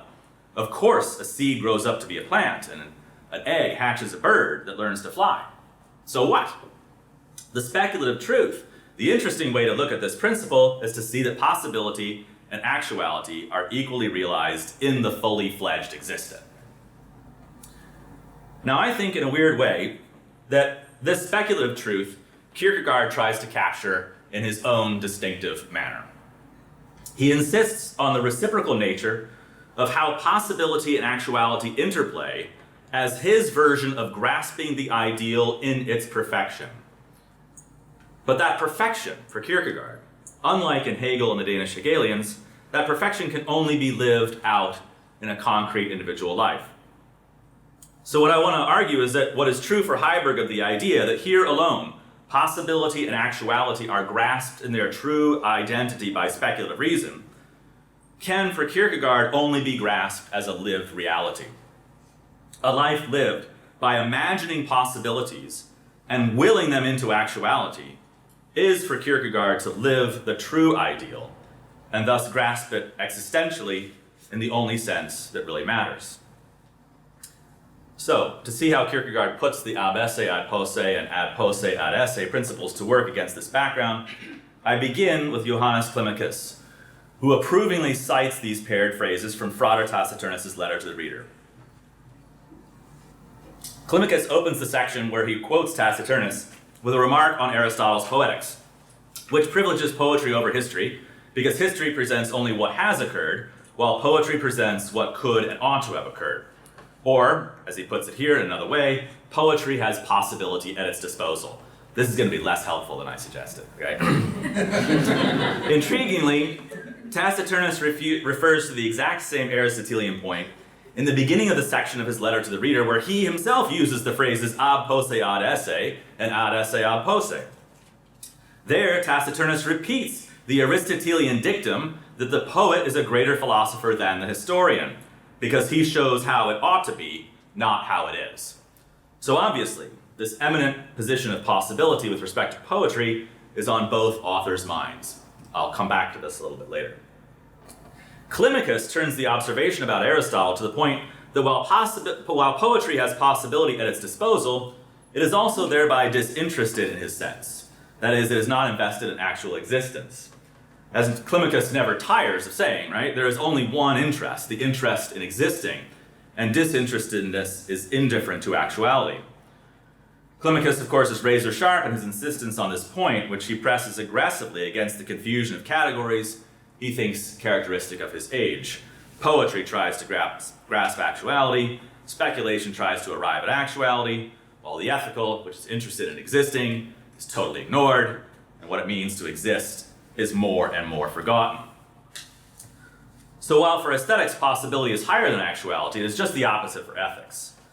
For this reason, the ethical is militantly opposed to confusion, and particularly insistent that observation is not what is at stake in ethics. It is strictly speaking impossible, Climacus argues, to observe ethically, because ethics demands that the individual meet its requirements. It is not interested in others, only in the single individual and what the single individual must do. The ethical can be carried out, he writes, only by the individual subject, who then is able to know what lives within him. The only actuality that does not become a possibility by being known, and cannot be known only by being thought, since it has its own actuality, which he knew as thought actuality, that is, as possibility before it became actuality. Whereas with regard to another's actuality, he knew nothing about it before he, by coming to know it, thought it, that is, changed it into possibility. What? That is a very dense passage. So let me pick out what I take to be the essential points here. The crucial thing, I think, ethically, is to know what lives within, right? It's a form of self-knowledge that's involved here. To know what lives within us is to know an actuality that does not thereby become transformed into a possibility by that very knowledge. Ordinarily, right, as Climacus seems to here intimate, to know an actuality is to change it into a possibility, because knowing makes of an actuality a possibility for me, which is not my actuality, but is that of another. Another's actuality only comes to be known by me as a possibility, because it was not my doing in the first place, but that of another. As Climacus says on the same page, when I think something I want to do, but as yet have not done it, then what I have thought is a possibility. Conversely, when I think something that someone else has done, therefore think an actuality, then I take this given actuality out of actuality and transpose it into possibility. So the other's actuality stands to my knowledge of it as possibility in the same way that an act I am myself considering but have not yet done remains merely possible. So what I want to point out right away is that Kierkegaard, writing as Climacus, but consistent with a tack that he's taken in other writings as well, resituates the importance of the principles of ab esse ad posse and ab posse ad esse, which he is just about to cite, I promise. He resituates those into the terrain of the ethical and the aesthetic. For Climacus, too, as in Heiberg, these principles are about seizing upon the true ideal, but for Climacus, that ideal can only be lived. And the principles are not interesting because of what they tell us about logic, but because of what they imply about self-knowledge and living a life in accord with an ideal. It's at this very stage, then, that Climacus refers to Taciturnus, so I will turn to him as well. The remarkable emphasis that Taciturnus places on his use of these phrases, which I think is a little bit undeveloped in Climacus's account, is the role of aesthetic imagination in moving back and forth from possibility to actuality in truly grasping the ideal. Taciturnus writes the following: in order to grasp the ideality, I must be able to dissolve the historical in the ideality, or do, to use a pious expression, what God is said to do for one who is dying: shine upon it.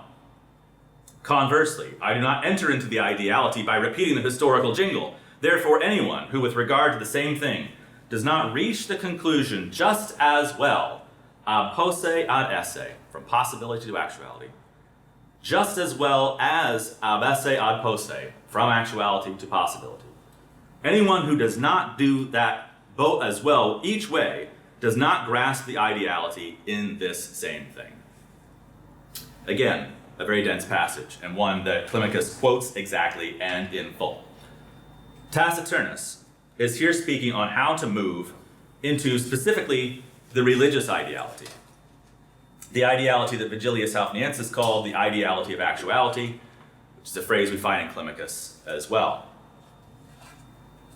How do we grasp the religious ideality, right? The ideality of actuality. Now, what does that mean? I've explained this elsewhere at great length, but I take the ideality of actuality, which Kierkegaard, again, through various pseudonyms, equates with the religious ideal. I take that to be for him the condition of having grasped a live ideality, one that is not as difficult to attain as the ethical ideal, which is impossible for sinful people, who always fail to fully live up to their ethical ideals, and yet just as lovely as the aesthetic ideal, which is also impossible, inasmuch as, again, according to Kierkegaard, aesthetic ideals always contradict themselves when applied to actuality. What does he mean by that?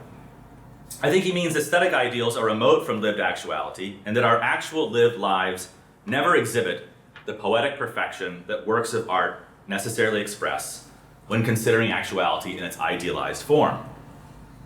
Such works are bound as they are to the limited power of poetics, which idealizes rather than seizes upon lived actualities. The poetic is concerned with possibility and therefore cannot attain true lived perfection. The religious ideal, or the ideal of actuality, which Taciturnus is here addressing, is the true perfection of lived experience in the light of an ideal that has aesthetic beauty and ethical force, recognizing that both of these ideals on their own are imperfectly attained in any actual life. But in that very same medium of actual life, together can be lived, despite the unlovely aspects of our experience and despite our own ethical failings. To live the ideality of actuality is to live my own life as already ideal, and not lacking by contrast to an imagined perfection, but sufficient already.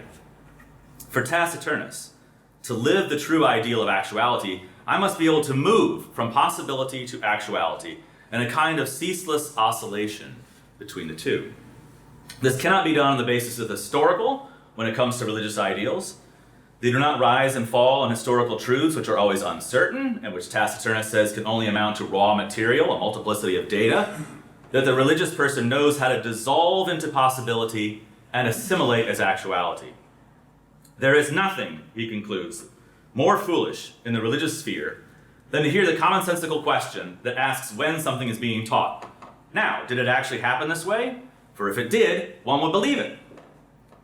History can only ever be inconclusive at best. And if history is not the foundation of the religious ideal, which again must be grasped in a continual reimagining of that ideal as possible, and then willed expressly of that ideal in lived actuality, then I think aesthetic imagination plays a role in this process. Recall that both Climacus and Taciturnus refer to Aristotle's prioritization of the possible over the actual in poetry. Both authors clearly place possibility, with which poetry is largely concerned, on an equal footing with actuality. When the goal is grasping a lived religious ideal, an ideal perfection expressed in life. Similarly, Taciturnus says that he has indirectly presented the religious paradigm by deliberately keeping it in the categories of immediacy and allowing it only to come to light indirectly. His method is a kind of revised aesthetics, and he claims that the aesthetic and religious have in common the necessity of issuing in a result. Now, his own communication, he says, has no result because it is unfinished, and it bears pointing out that he himself is not religious. Nevertheless, he argues that the dialectic of poetry and religion are the same. While the result of poetry is visible and external, the result of the religious is invisible and internal. The ethical, meanwhile, is unpresentable for another reason, because its demands are instantaneous, in fact so swift that there's no time to aestheticize them. As in Climacus, the ethical simply demands accountability. The goal, I think, is to combine the aesthetic and the ethical in the religious. The religious, thus, in his words, plays the same role as the aesthetic, but as the superior, or after actuality, as he says, right? He says aesthetics approaches the ideal before actuality, the religious approaches it after actuality. The religious ideal slows down, so to speak, the ethical, so we can appreciate development and change, but it stages or gives expression to internal action, which is itself in principle invisible. But it does so in what Taciturnus does not hesitate to call the scene of the external. This result, he maintains, is aesthetic/ethical, and therefore can be shown in the external to a certain degree. This showing, to a certain degree, it seems to me is a kind of staging or dramatization by which we shine upon the historical, and thus grasp it as a possibility for ourselves, an act of imagination that makes a possibility precisely possible for me, and affirms the actuality of who I am becoming as continuous with who I have always actually been. The only questions then that matter, according to Taciturnus, are whether is what is being said possible, and am I able to do it? It is evasiveness to ask, did it actually happen? And has my neighbor Christopherson done it? Faith, he concludes, is the ideality that resolves an essay in its posse, and then conversely draws the conclusion in passion. I can only suppose that what he means by this is that to relate to the religious ideal in faith is to treat it as a real possibility for me to incorporate actually into my life, and then to passionately will to do so. In this way, faith is undeterred by the irresolvable question of whether history can provide the requisite degree of certainty to inspire my action.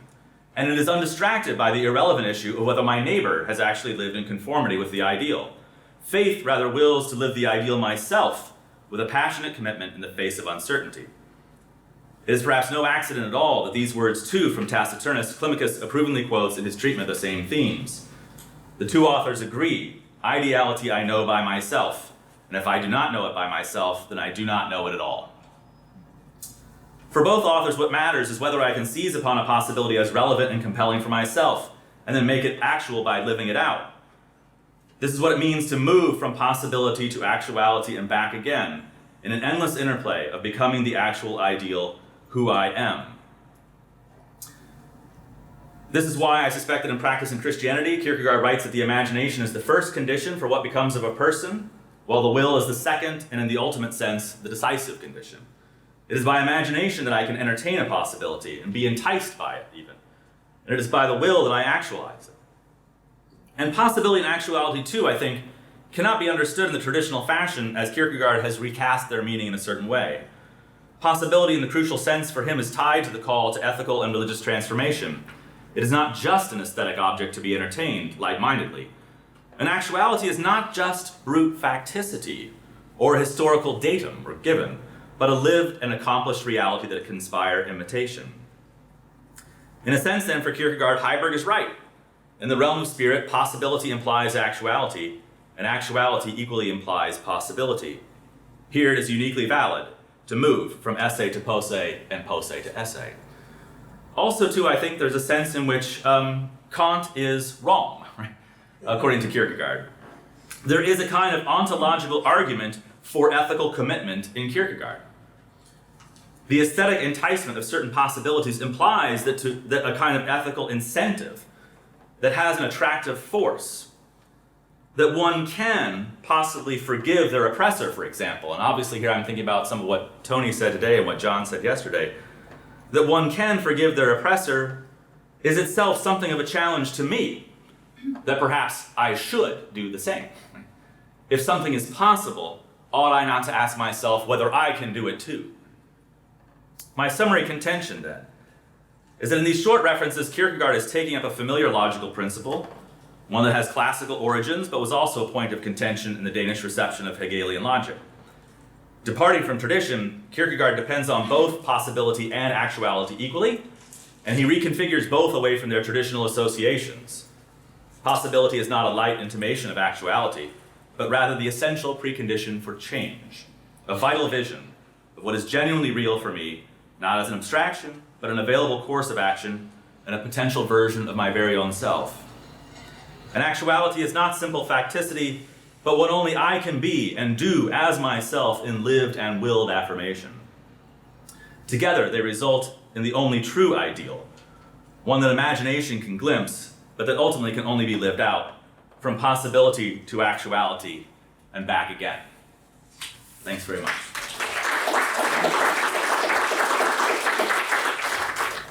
Hello, I'm Eskil. I'm a PhD student at Northwestern University. Although I am from Copenhagen, but that doesn't mean I know anything about Kierkegaard.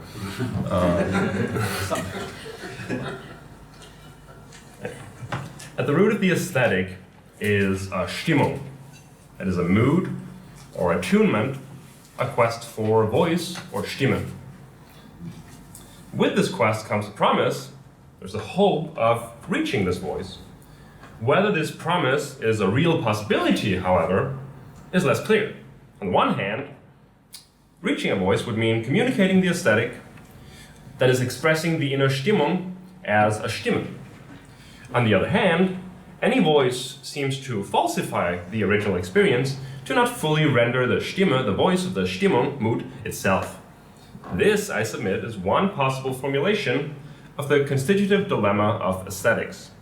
It shows up poignantly in the relation between Kant and Kierkegaard. Kierkegaard's position illuminates a blind spot in the Kantian view of the modality of aesthetic judgment, specifically concerning aesthetic possibility. It also shows the limits of Kant's ambiguous attempt to subsume the aesthetic under morality. So these are the two claims that I aim to defend in the following.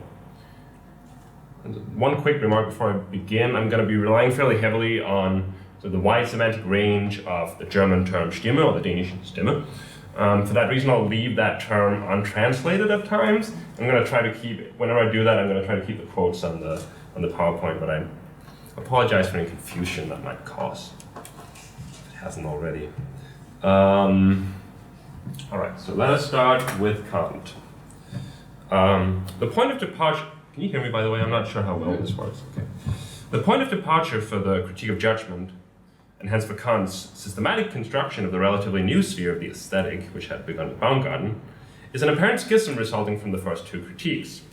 It seems that the validity of our knowledge of the natural world on the one hand, and of morality on the other, leaves little room for these two parts of his system to coexist. An immense chasm, as Kant puts it, exists between the two. And this chasm risks denying morality any efficiency in the natural world, that is, to essentially make morality meaningless.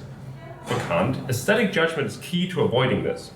It provides us with the first sign that our natural constitution is compatible with morality because this judgment is both an autonomous reflection, as morality requires, and anchored in the forms of the natural world, as required by theoretical cognition.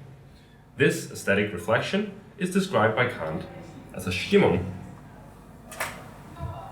That is a presentation that, though singular and not compared with others, yet harmonizes with the conditions of the universality, that is the business of the understanding in general, brings the cognitive powers into that proportionate attunement, Stimmung, which we require for all cognition, and which therefore we also consider valid for everyone who is so constituted, bestimmt, as to just judge by means of understanding and the senses in combination. This is an incomplete part of Kant's argument, but I'm just going to stick with it because it has the right terms in it. In the encounter with a beautiful object, our cognitive powers are brought into a proportionierte Stimmung, a balanced mood or harmonic tuning, depending on whether one prefers psychological or musical metaphors. And this Stimmung is an indication of our Bestimmung, our determination as judging, hence responsible, hence moral subjects. Importantly, however, a gap remains between beauty and what it symbolizes. The inner Stimmung is not yet an outer Stimme. The mood is not yet voiced. The tuned strings have not yet been struck. Die allgemeine Stimme is only an idea, as Kant says. That is because our judging of the beautiful, although hinting at our Bestimmung, cannot itself be a determinative or bestimmende judgment. It's only a reflective judgment, which is Kant's crucial distinction in the third critique. Otherwise, it would only be subject to the laws of experience, and hence it would not be able to bridge mechanical nature and free morality. As Kant shows in the Antinomy of Taste, our judgment has to be based on a concept, because otherwise no quarrel about it would be possible, and hence no claim to universal validity. But this concept cannot be a determinate, again bestimmte, concept, because this would reduce aesthetic judgment to a cognition. The judgment determining the concept determining aesthetic judgment has to be indeterminate, unbestimmt, a mere idea. Towards the end of the Critique of Judgment, or the first part, Kant clarifies the nature of this idea. It is the idea of morality, or freedom, Sittlichkeit. By virtue of the analogy between the reflection on beauty and the reflection on morality, beauty can function as a symbol of the idea of morality. And because the symbol exists in the sensible world, it indicates, though it never proves, that nature and freedom are compatible. Taste enables us, as it were, to make the transition from sensible charm to habitual moral interest without making too violent a leap. This metaphor is obviously crucial, and I'm going to get back to it in a second. So Kant thus formulates a central dilemma, or antinomy, faced by the aesthetic, but he also takes himself to have resolved it. His resolution, however, only presents us with a new dilemma. The significance of the aesthetic Stimmung relied precisely on its being unbestimmt by a concept. But envisioning beauty as a symbol of the idea of freedom suggests that the Stimmung can in fact be bestimmt when it is brought into accord with our moral ideas. Although ideas are indeterminate concepts as required by the antinomy, the possibility is left open, at least in principle, for them to come to determine aesthetic judgments entirely. And so the very last words of the first part of the Critique of Judgment say, the propaedeutic that will truly establish our taste consists in developing our moral ideas and in cultivating moral feeling, for only when sensibility is made to harmonize with this feeling can genuine taste take on a definite, bestimmte, unchangeable form. It may come as a surprise that Kant, after insisting repeatedly on the autonomy of aesthetic judgment, concludes by subordinating it to morality in this way. But it should be recalled that ever since the introduction of the Critique of Pure Reason, Kant had distinguished synthetic a priori judgments, that is, the business of philosophy, from empirical judgments, mainly on the basis of their necessity. That is, it is a condition for treating judgments philosophically that they be necessary, i.e., unchangeable, at least in principle. Kant rehearses this point with regard to the modality of aesthetic judgments. So he says, about any presentation, I can say at least that there is a possibility for it, as a cognition, to be connected with a pleasure. About that which I call agreeable, I say that it actually gives rise to pleasure in me, but we think of the beautiful as having a necessary reference to liking. The necessity of aesthetic judgments is of course of a special kind. It is merely conditional, as Kant says. That is, only by presupposing that human beings have what he calls common sense can we establish the necessity of aesthetic judgments. But if this presupposition were without hope of according with reality, that is, if we were unable to imagine human beings ever possessing a unified sense of taste, this would essentially make aesthetic judgments impossible because we would be unable to believe in their necessity in any way, even though they postulate this necessity.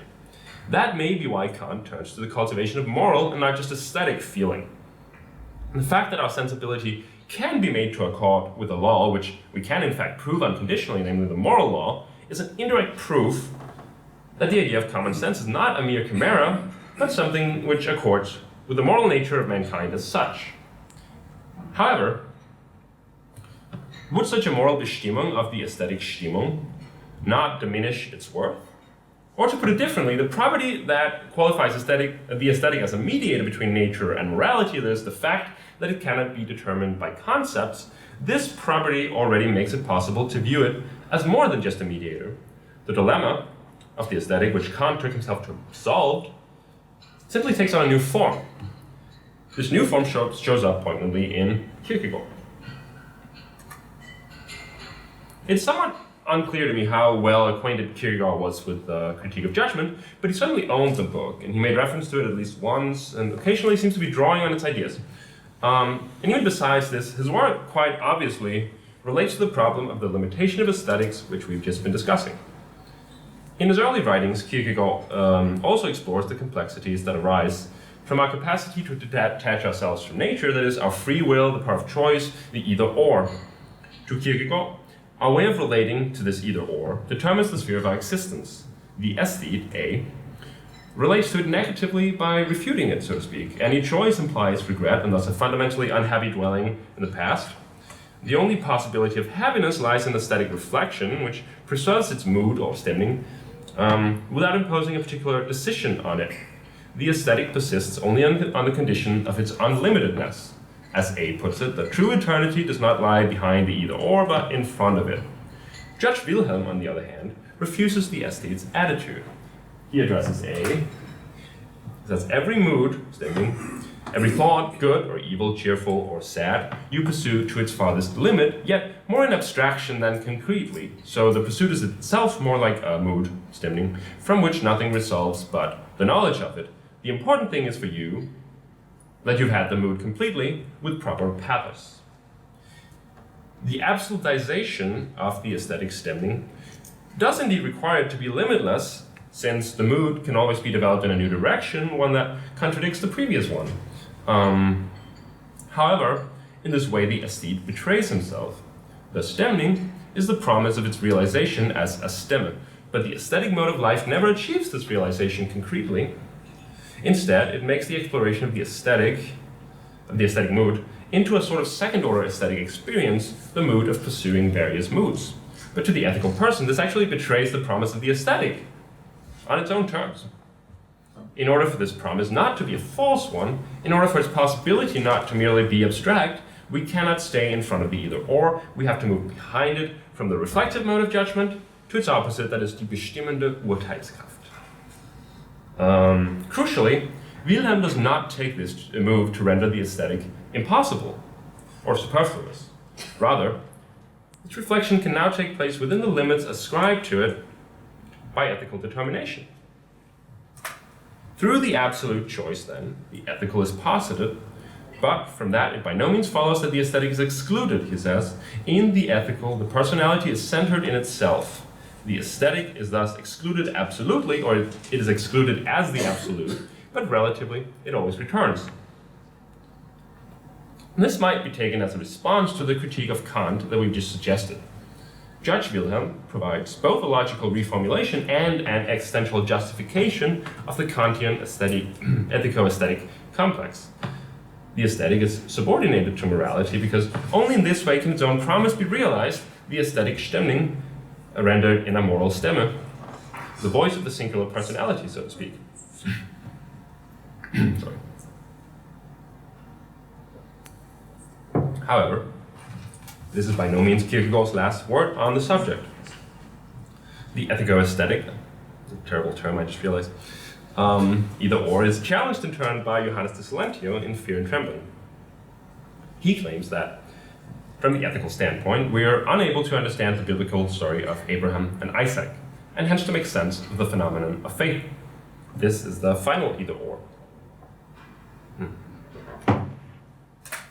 Either the single individual, as singular, can be in an absolute relation to the absolute, and then ethics is not the highest, or Abraham is lost. Johannes de Silentio presents a challenge not only to universal morality, but also to the concept of the aesthetic as a symbol of this morality. He in fact describes the religious sphere as the only one that can rescue the aesthetic from its combat with the ethical. To illustrate this combat and its overcoming, it is worth contrasting two of the examples of aesthetic expression which Johannes himself brings up. In the first example, a man is told privately by the augurs that he will suffer misfortune if he marries, and so he breaks off his engagement.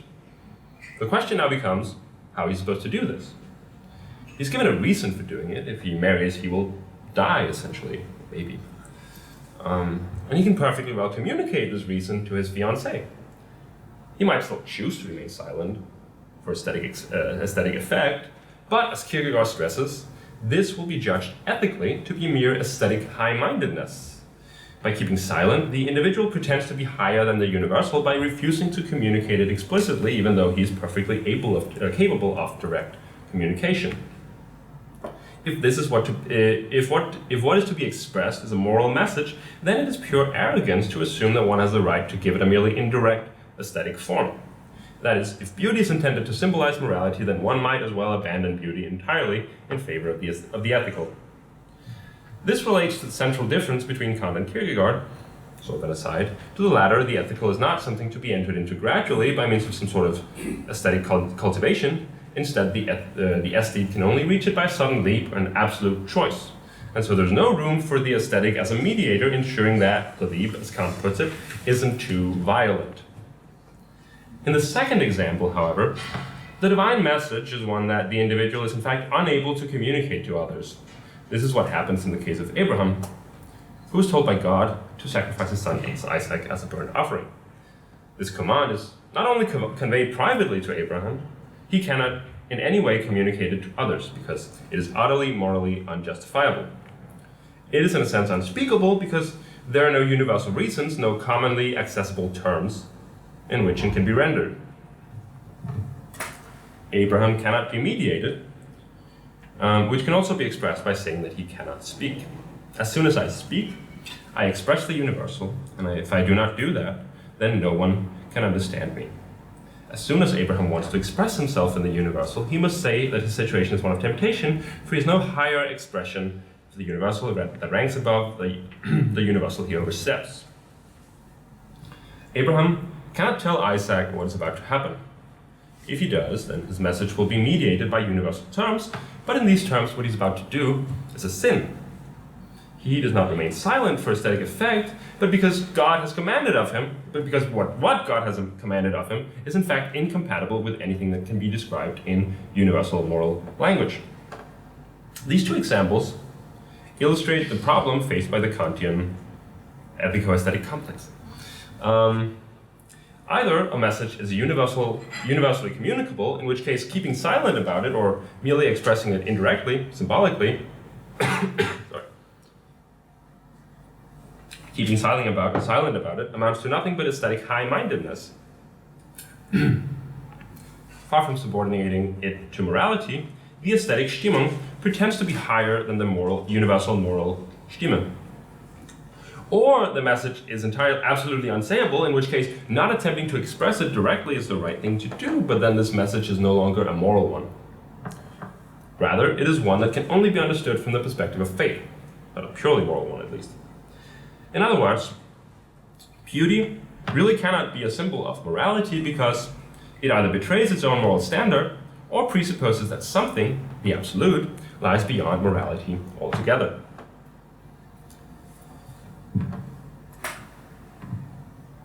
This absolute, then, cannot be expressed in universal terms.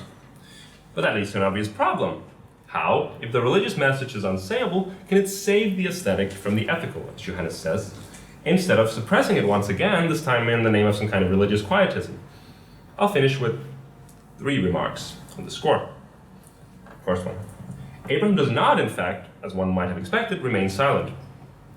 Fear and Trembling begins with a stimni, that's the title of the second introductory section of the book, and without calling much attention to it, it ends with a stimme, a voice, the voice of Abraham.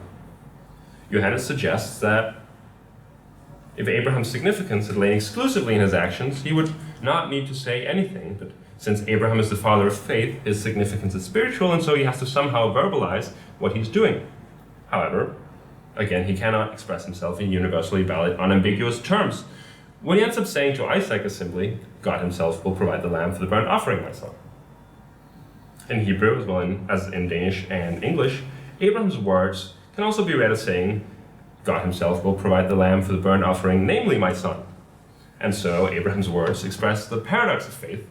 They say at the same time that Isaac will be saved because the lamb will be provided, and that he will be sacrificed because he is the lamb. They say A and not A, that is, they say nothing. Johannes explains it as follows. A final word by Abraham has in fact been preserved. And insofar as I can understand the paradox, I can also understand Abraham's total presence in that word. First and foremost, he does not say anything, and in this form he says what he has to say. Abraham's presence is preserved in words that don't say anything, that is, it is simply preserved in the presence of his voice, stimme. The voice of Abraham is not just silence, but it says nothing definite. This stimme doesn't simply express an inner stemming, but by saying nothing, and thus subverting its own communicative potential, it does do something. It points to the presence of something unsayable or unvoiceable at the heart of the universal, and hence to the fact that there is something higher than the ethical. Second point. Crucially for our purposes, this issue is not only one of the content of what is said, but just as much about the modality of the saying. To see this, consider the sickness unto death, where Anticlimacus formulates a dilemma very similar to the one we've just been discussing, but does so in explicitly modal terms. I've read about this a couple times already. Here the issue is despair, and Anticlimacus claims that pure possibility and pure necessity lead to the same result. The one who attempts to live in every possibility available to her despairs, that is, loses herself, because so many possibilities open up to her that none of them can truly be made hers. The one who tries to stick to a life governed by the necessity, for example, of bourgeois life, or spidsborgerlig liv, despairs because she loses the imagination to choose anything for herself. What is crucial is to preserve possibility without letting it run wild. Anticlimacus phrases this problem in terms of speech and voice, recalling the ones that have been occupying us until now. If one will compare the tendency to run wild in possibility with the efforts of a child to enunciate words, the lack of possibility is like being mute. Necessity is like a sequence of consonants only, but in order to utter them, there must in addition be possibility. Let's try to translate this into the terms used by Kant with regard to the modality of aesthetic judgment discussed above. Here's the quote again. Kant is talking about the possibility of a pleasure.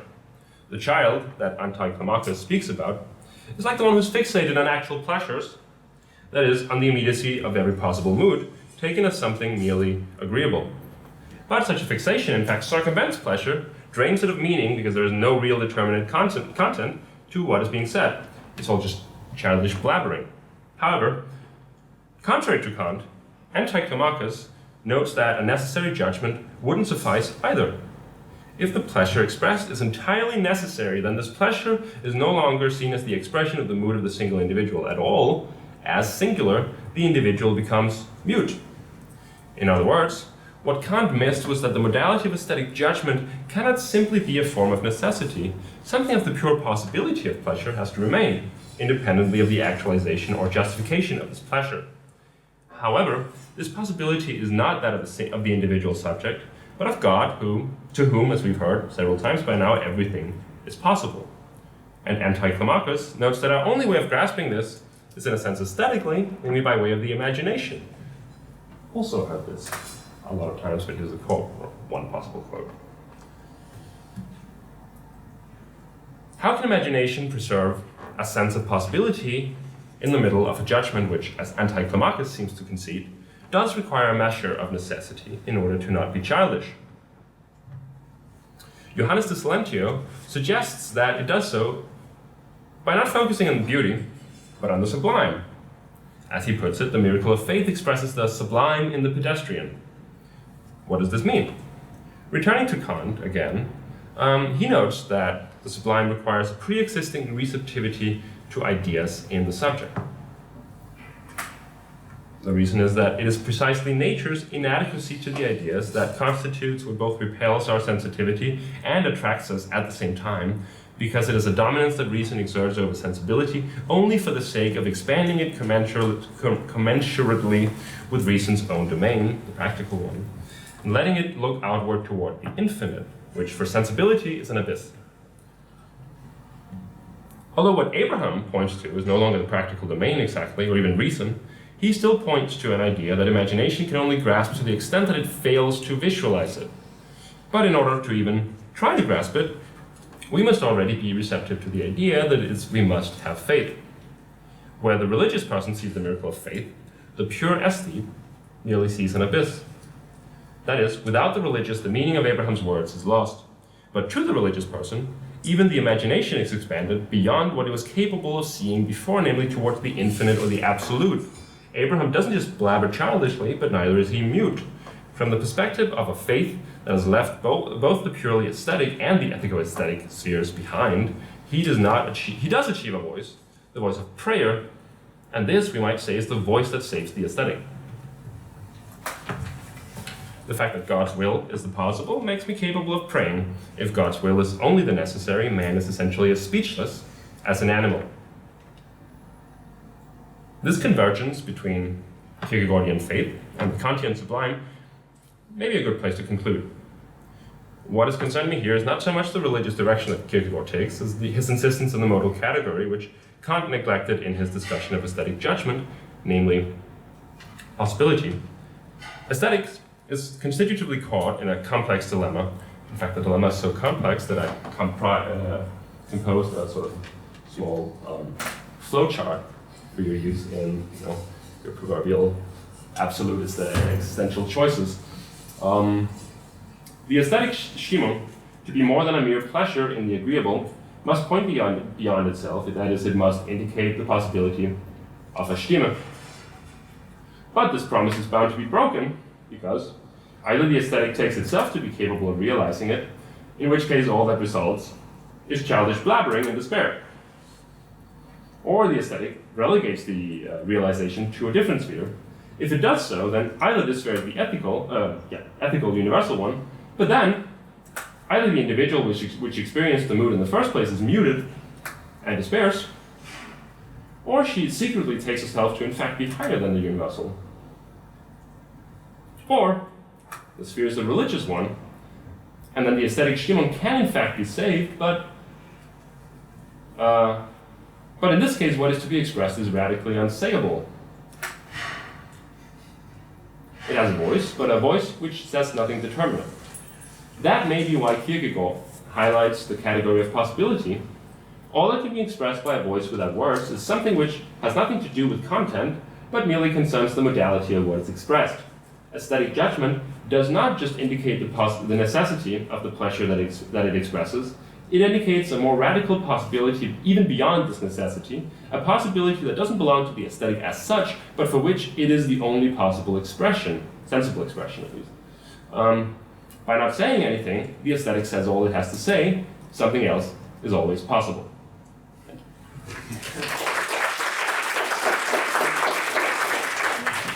Okay, welcome everyone back to our afternoon session.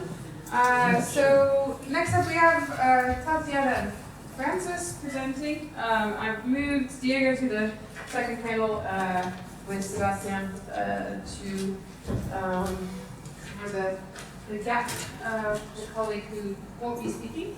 So we're going to change our coffee break time slightly, but let me tell you that after this panel is over. So this panel will end earlier than it says on, because there are only 2. Okay, yeah. Thank you. Thank you for the opportunity to present the paper here. I've really enjoyed the conference so far. Well, just when you start to think that we're done with Abraham, here comes yet another talk about him, so please be patient. And, yeah, if I repeat myself, just, I don't know, look at Facebook or something. So the name of the talk is Kierkegaard's Abraham or the Possibility of the Gift. In this talk, I would like to follow the transformation Abraham underwent from the ethical to the religious. I would like to argue that the gift or sacrificial gift is the means by which one can attain such an existential stage or state. Well, obviously, Abraham somehow became the father of faith, glorious and venerable. But what this really means, I think, is that a highly specific bond was established between Abraham and God. One might indeed argue that the bond had been there long ago. After all, Abraham had always been God's chosen one, the father of nations, the one who dared to plead God to change his mind in Sodom and Gomorrah. Yet, God's promise that Abraham's seed, that in Abraham's seed all races would be blessed, was fulfilled only after the binding of Isaac. It seems as if Abraham's obedience to leave for the unknown promised land, far away from everything he had known before, was not enough to prove his worthiness to God. It looks as though the sacrifice of Isaac was that which truly sealed the covenant. Johannes de Silentio starts his analysis of the problem by identifying the clash between the ethical and religious perspective of the sacrifice. From the ethical standpoint, Abraham is clearly a murderer and a madman. From the religious one, he is a righteous man, well-pleasing to God. Johannes defines the ethical as follows. The ethical as such is the universal, and as the universal it applies to everyone, which may be expressed from another point of view by saying that it applies every instant. It reposes immanently in itself, it has nothing without itself which is its telos, but is itself telos for everything outside of it. And when this has been incorporated by the ethical, it can go no further. A couple of important things are stated here right away. First, all are equal in the eyes of ethics. This means not only that everybody ought to be treated equally, but, and more importantly for us here, that we all are to abide by the same rules and requirements at all times. No exceptions. The fact that the ethical reposes immanently in itself, as Johannes says, means that everything is to be judged in relation to it. There is no higher instance than the ethical, no higher court of appeal, so to speak. The reason why Abraham's doing is so scandalous with respect to ethics is simply because he was an exception. Only 2 types of people can actually find themselves standing outside the realm of the ethical. The sinner, since he breaks from the ethical towards the evil, and the man of faith. The difference here is that the sinner eventually does express himself back within the limits of the universal. His actions do translate back, as Johannes argues. However, the man of faith finds himself in a peculiar state of paradox. Abraham, as the single individual, now stands higher than the universal. This is the core of Johannes' problem of a teleological suspension of the ethical. Either it is possible for a single individual to stand higher than the universal, and we may add, and to express himself out of the ethical or out of the universal, or faith had never existed in the world. Therefore, instead of a particular individual's subordinate relation to the universal, we have a particular individual's absolute relation to the absolute. What is more, quote, this position cannot be mediated, for all mediation comes about precisely by the virtue of the universal. It is and remains to all eternity a paradox, inaccessible to thought, end of quote. And to language, we should add, but this point will be dealt with later. This absolute relation of an individual to the absolute is what Johannes calls the paradox of faith. Because Abraham is now in the absolute relation to the absolute, his actions no longer find justification in the realm of the ethical, the universal. In order to make the difference clear, Johannes juxtaposes Abraham's sacrifice to Agamemnon's sacrifice of Iphigenia. At first glance, the 2 cases seem quite similar, or quite the same even. A father receives a divine command to sacrifice his offspring. Yet, dialectically speaking, the two cases are diametrically different. Abraham receives his command with no witnesses and no explanation whatsoever. He is simply told to go to Mount Moriah and sacrifice Isaac there for no reason at all. Well, the Bible says, quote, "Sometime later God tested Abraham. He said to him, 'Abraham, here I am,' he replied. Then God said, 'Take your son, your only son whom you love, Isaac, and go to the region of Moriah. Sacrifice him there as a burnt offering on the mountain I will show you.'" So we know that God was only testing Abraham, that Abraham did not know it then. The only thing he knew was that God demanded it. The command sounds so much more absurd, taken into account it has been the long-awaited son who was supposed to be the seed to populate the promised land. So God seems to be going against his own promise.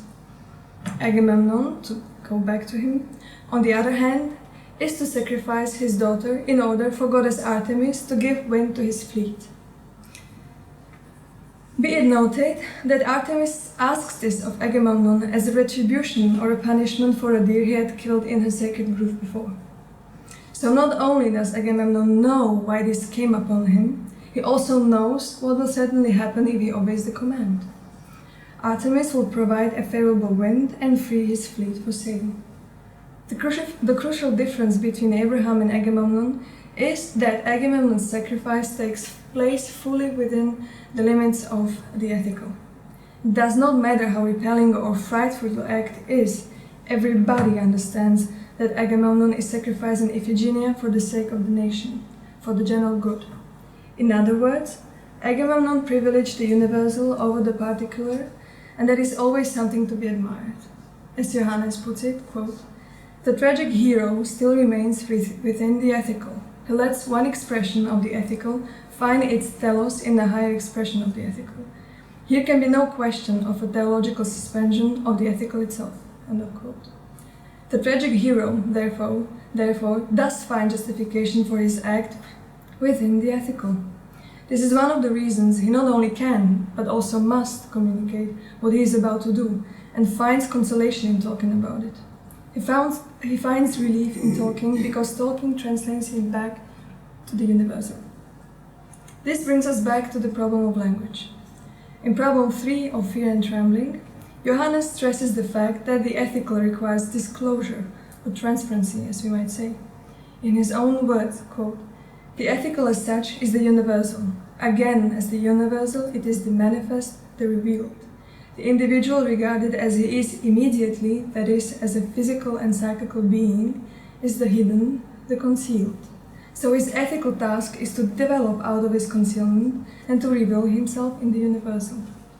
End of quote. It is fundamental for moral agents to be open about their motives, should a moral community be possible at all. That does not mean we need to agree, say, with a psychopath's motive for killing his own sister. Nevertheless, the possibility to understand him is there. In this respect, we understand and even admire the deeds of a tragic hero. Disclosure of the ethical is tightly linked to our understanding of responsibility. To be responsible means to be able to give reason for one's actions and make oneself understood by other people. That is, again, to subordinate oneself to the universal. The ethical requires unveiling and punishes concealment. Giving reasons, or the reason itself, pertain to the public sphere that everybody can draw from. Therefore, Abraham clearly offends against this fundamental requirement of the ethical by remaining in concealment, in secrecy. We know that Abraham does not say a word about the true nature of his mission, not even to Isaac when he is asked about the whereabouts of the sacrificial lamb. It is because of Abraham's private relationship to God that he cannot speak. He does not lie to Isaac, but he does not say the truth either. After all, it is impossible for Abraham to make himself understood by other people, since his act breaches with the ethical and reaches beyond it. The telos of his action does not lie within the limits of the ethical, but oversteps it altogether. I'm very happy that Eskil already elaborated pretty much on that, so... The ethical requirement is clear and applies to everybody. On the other hand, God's command is addressed directly to Abraham and to Abraham alone, and he must respond. and herein lies his telos. However, this is not to say that Abraham overcomes ethics. He does not annul it, he only suspends it, which means he has to be fully aware of the moral duties towards Isaac and at the same time give priority to his private and absolute duty towards God. I would like to stress here that Abraham cannot act only out of duty to God, only in terms of duty as such. Otherwise, he is not in relation to God. He merely replaced one moral principle by another without too big a difference. In the following part of my talk, I would like to get to the problem concerning the possibility of the gift, as I promised in the title of my presentation. For this reason, I will draw on Jacques and Derrida's famous essay, The Gift of Death, La Donnée de Mort. Derrida himself uses fear and trembling to analyze the paradox of Abraham and comes to the conclusion that, quote, absolute duty towards God and in the singularity of faith implies a sort of gift or sacrifice that functions beyond both death and duty, beyond duty as a form of debt. End of quote. In other words, Abraham must give Isaac as a pure gift. Emphasis lies on pure. Derrida argues that our everyday understanding of gift is pretty much shallow and hypocritical. We are all too ready to say that gift is different from mere exchange or trade, but at the end of the day, our gifts show all marks of trade as we know it from anthropological studies. The basic conditions of gift are as follows. The gift must be recognized by the receiver as a gift in the first place. Then there is the recognition of the giver, and an unspoken presumption that the gift will be paid back or rewarded, albeit in a different form. The function of gift is to establish bonds of mutual trust, and this trust is strengthened every time a gift is repaid back by another gift in due time. Think about the gifts you buy for your friends for their birthday. I mean, would you still continue buying gifts for them if they didn't give a gift back to you on your own birthday? Hence, gift giving has its rules that everybody must understand in order to engage in it. It is a form of communication and belongs to the sphere of the universal. If we apply this reading to the case of Agamemnon as a tragic hero, we see that his sacrifice functioned completely within the economics of gift. We call it the sacrifice of Iphigenia, but was this really a sacrifice? As a matter of fact, would it make a difference if we simply said that he exchanged or traded Iphigenia for the favorable wind?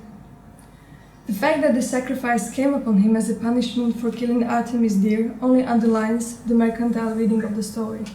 He just paid back the debt.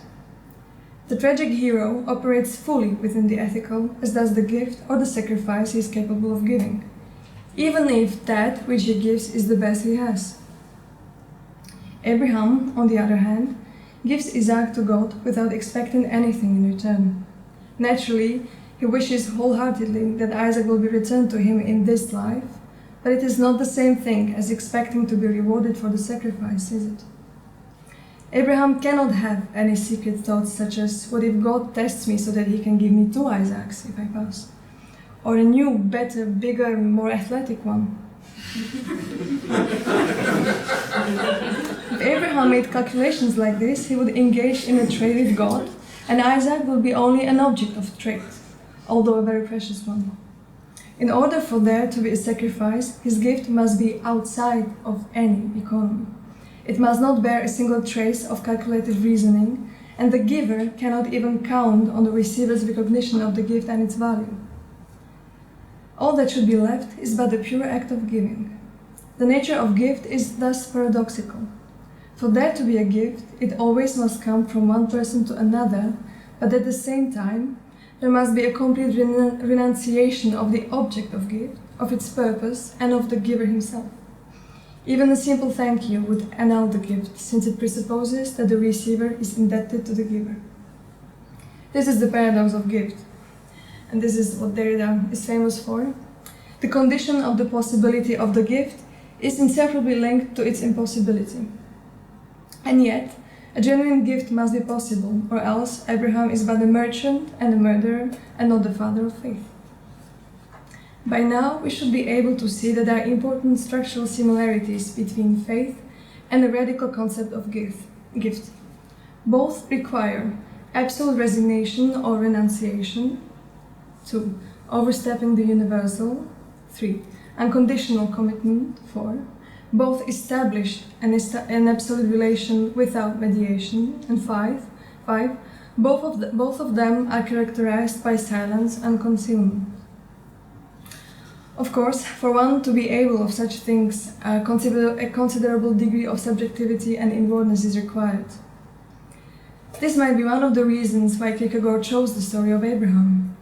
Derrida reminds us that Johannes ends Fear and Trembling by saying, God sees in secret and knows the distress and counts the tears and forgets nothing. God sees in secret is a clear reference to Matthew 6, explaining that one should pray, fast, and give without others knowing it. Even my own left hand should remain unaware of what the right one is doing. God, who sees in secret, sees inside of me, knows my true intentions and the deepest motivation of my action, even if I am not consciously aware of them, or even if I try to hide them even from myself.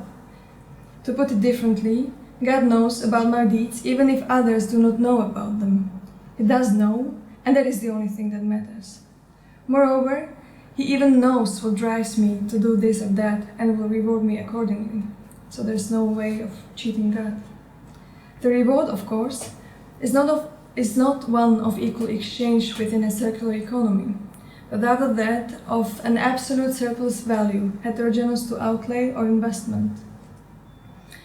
Derrida says, God the Father, who sees in secret, will pay back your salary, and on an infinitely greater scale. Note that when Abraham gets Isaac back, both of them are changed. Isaac is returned back as a gift from God on a deeper level. As John Lippitt here words it, getting back, which faith provides, is something I cannot bring about myself. To view someone or something, Isaac or life itself, under the aspect of gift, is radically to transform my view of it, and myself, end of quote. Indeed, Abraham is changed as well. He had been God's chosen one long before, which points out to the fact that he had already been an exceptional man of inwardness and subjectivity. But he only became the father of faith after the event on Mount Moriah, as if, once again, it was the sacrificial gift that sealed the covenant. This radical concept of sacrificial gift is by the virtue of its very nature excluded from the sphere of the ethical, communicable, shareable. It renounces disclosure and embraces hiddenness, intensifies inwardness as opposed to the openness of the universal. This kind of gift pertains to the religious and can be thus interpreted within the intentions of faith. Indeed, it is difficult to separate faith from the gift. To me, it seems as if Abraham opened up the possibility to be in an absolute relation to the absolute through the gift.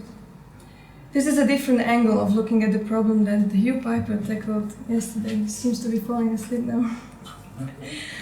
Perhaps the problem does not lie in one's ability to give everything, but in his ability to give everything without expecting a reward. That would actually explain why the apostles felt a bit sullen or offended when Christ said that it is easier for a camel to go through the eye of a needle than for a rich person to enter the kingdom of God. And it made the apostles ask, who then can be saved? Well, giving up all one's earthly treasures does not buy one a ticket to heaven, does it? It might buy one a ticket to Mars, but that is a different story altogether.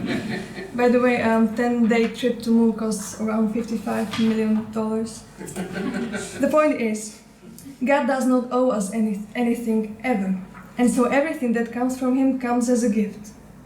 I think that the only adequate response to this gift is by giving a gift ourselves. He suggests that such an exchange of gifts took place between God and Abraham, and yet we cannot talk about any economic exchange at all.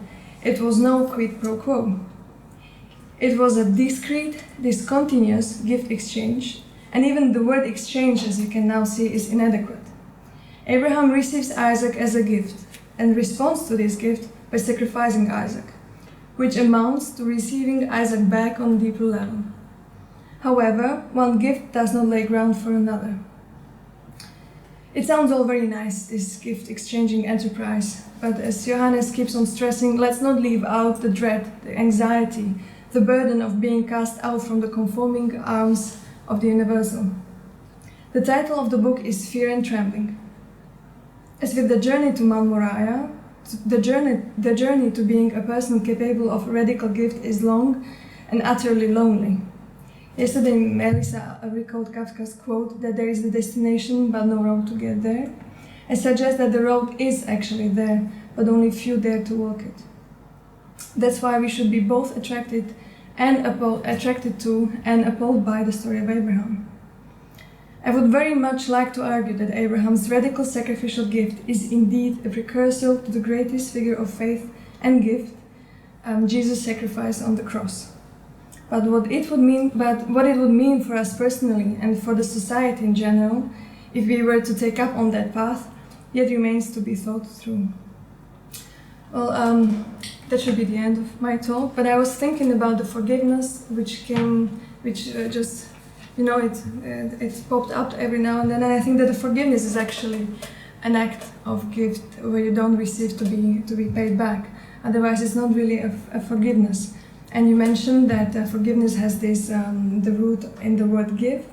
In the Slavic languages, it has the root in letting go, which would mean like forgetting about the debt. Like you let go of the debt. You don't wait until it's repaid.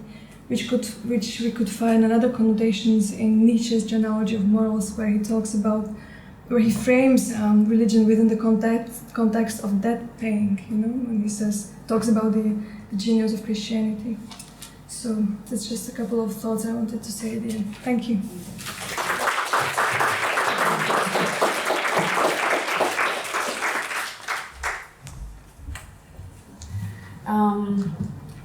So good afternoon, everybody. This is the paper that is supposed to be on the Lily and the Bird.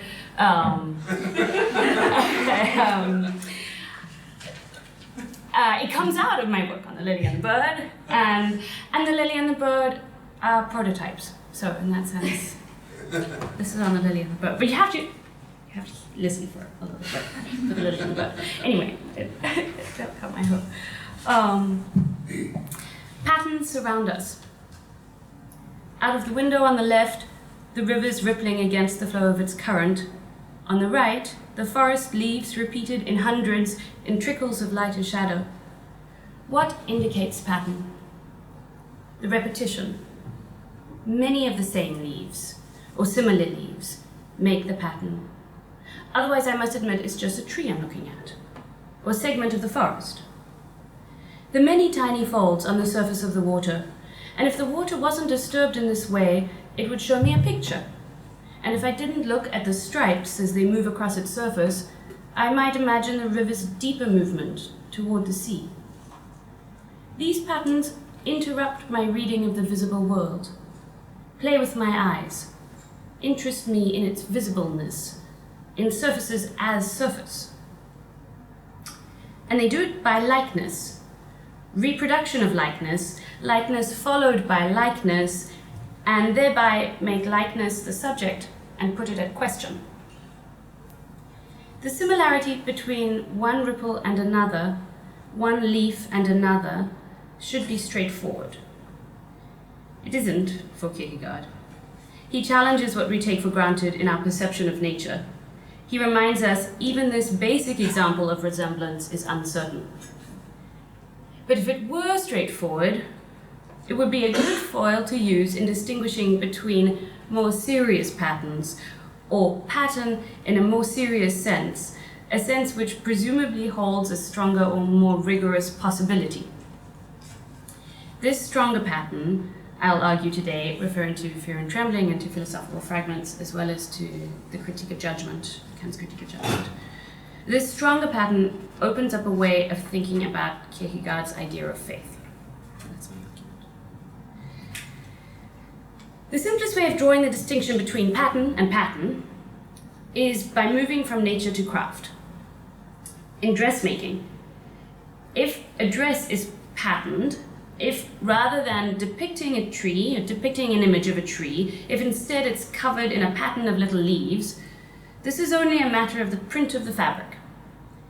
In a more fundamental way, the pattern of the dress is that paper model which dictates how it should be cut, or rather, that drawing which can be printed over and over onto many papers and used to cut new dresses. The real pattern of the dress is its origin, that which generates the dress. In this sense of pattern, the likeness that operates is historical rather than simultaneous, temporal rather than spatial. The issue is not so much that several dresses cut to the same pattern resemble each other, but that this is the result of each dress resembling the pattern. Pattern in this sense is a way of thinking of image or copy then, although the pattern itself is never a complete dress, is always only the possibility of a dress, the dress that could be, the invitation or call to a new dress. The copy of a pattern makes it actual, in such a way that it exhausts the possibility of the pattern. Not because different versions are not always available to be made in addition next time, but because in this particular instance, possibility is annulled, which is to say, it's now actual. But then what was essential about the pattern is lost in making the copy. Is there a way of copying the pattern such that its possibility remains to invite again? To investigate this, we're obliged to move from an account of equipment to one of art or work, which we'll do in a few minutes. To start over, to begin again from Nietzsche, Kierkegaard, like Nietzsche, says there is no resemblance between one leaf and another. So to quote, "In all that is visible, there is nothing, not even a leaf, that resembles another or is its image." If that were the case, then the image would be the object itself. End quote.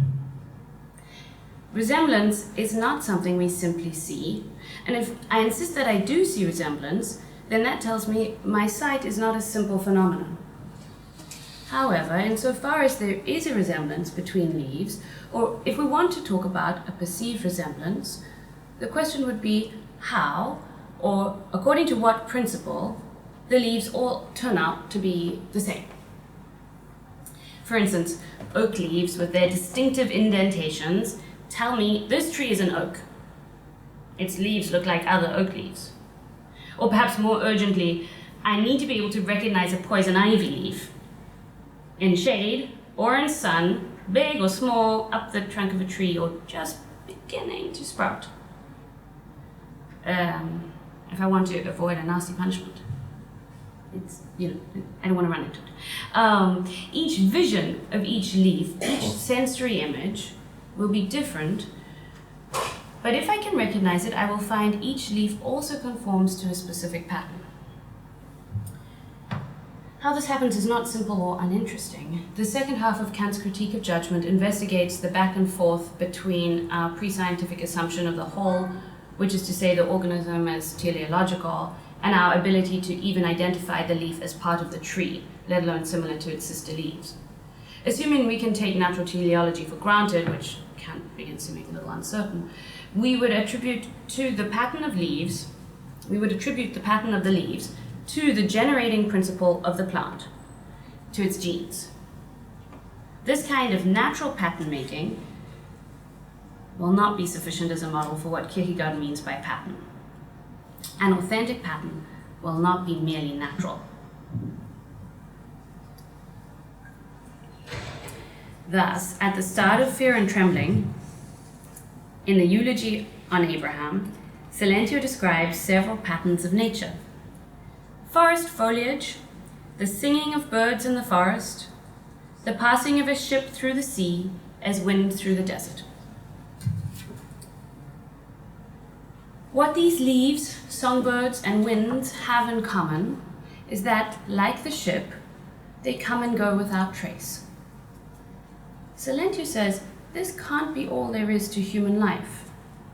If, Silentio says, if such were the situation, if there were no sacred bond that knit humankind together, if one generation emerged after another like forest foliage, if one generation succeeded another, like the singing birds of the forest, if, and he goes on,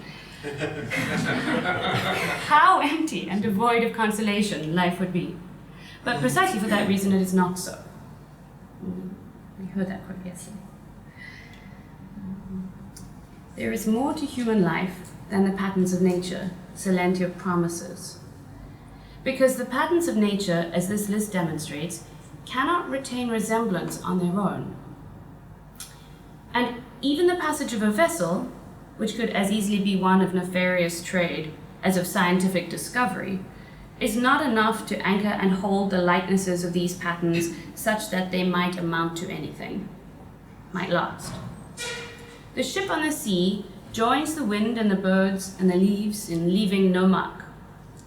In all of nature, we find merely this unthinking and unproductive performance, as he puts it, and in much of our navigation of nature too.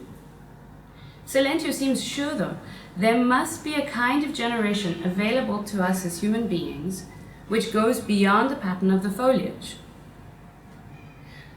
What I'm arguing is that we'll find for Kierkegaard, this is not, after all, something to be sure about. Any pattern that is stronger than nature's, that is not available immediately for sense or cognition, and as we've seen, even natural patterns are not really available in this way, will be utterly uncertain. As something that might leave a mark in the way nature does not, Johannes de Silentio's generations are somewhat hasty bet in particular. Do human generations not succeed one another like forest foliage? In Philosophical Fragments, Johannes Climacus argues very convincingly that one generation succeeds another generation without changing anything. That is to say, each generation has just as much chance of learning the truth as the preceding generation had. Each generation has to start all over again. There are two ways of understanding that: the Greek way and the subsequent way. The first is that each generation has equal chance because there is no truth that can be learned except for the truth of one's own ignorance, of the difference of each person from each other. And the second is that, the second way of understanding this, is that each generation has equal chance because the truth that can be learned can only be learned by each person singularly by means of the grace of a pattern which grants the learning. According to the first model, the model of Socrates, who says that we each have nothing to learn except who we are, one person's learning can never provide a shortcut for another's. According to Climacus's hypothesis, the hypothesis of Christianity, there is something more to be learned. There is some trace, something which exceeds the proliferation of leaves and the blowing of sound.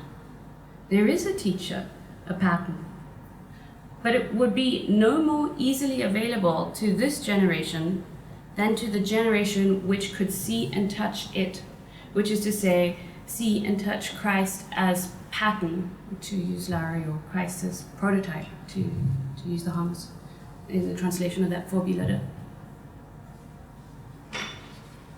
Which generation one belongs to will make no difference when it comes to perceiving this pattern.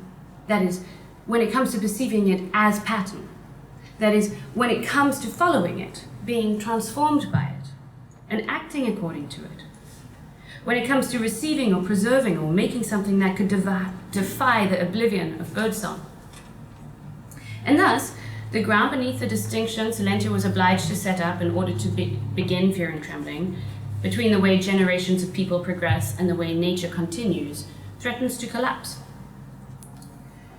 So this collapsing difficulty that the distinctions keep facing as we try and separate out a flatter or simpler pattern from a stronger or more rigorous one will have to eventually be called uncertainty, the uncertainty of patterns.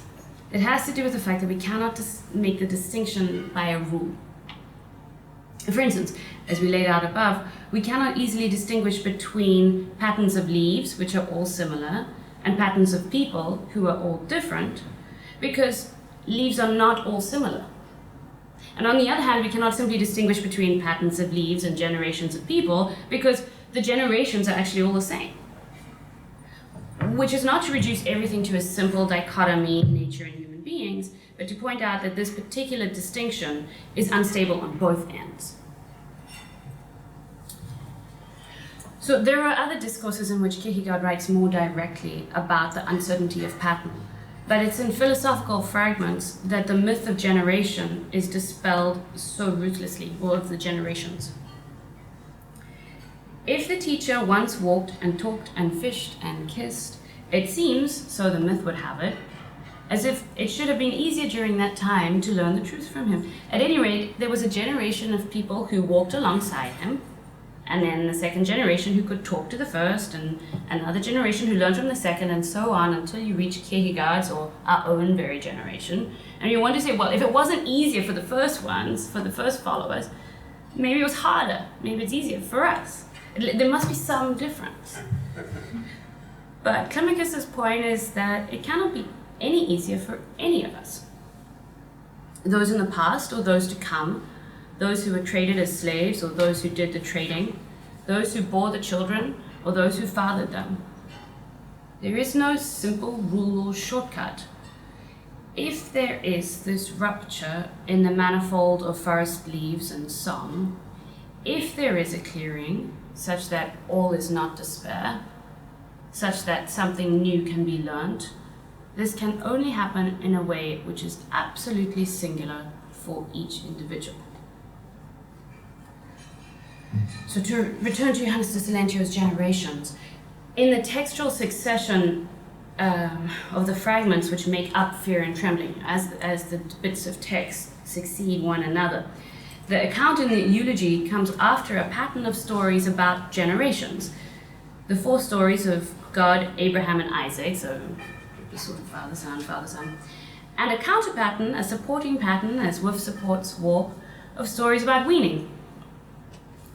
Normally, when we talk about the pattern of generations, it's not to describe the way one generation succeeds another, as if from afar, but the ways in which one repeats inside the other. Yes, I was weaned just as my mother before me was, but more to the point, I too will wean my baby as my mother before weaned me, and will I do it in the same way, bound by the same pattern? Will I feel such guilt? Will I tell my daughter the story for years and years until she too has to wean her daughter and confront that, and will it be the same guilt? If one generation does not emerge from another, like the waves on the sea, that wind-disturbed sea, if humankind is different, it's because each generation has to be weaned, has to be ripped out of continuity, condemned to freedom, to knit a bond with one another. And yet, that's not enough to prevent the generations from simply succeeding each other as part of nature. Not because weaning is natural, which it isn't. It requires a kind of passion and faith with which one marries.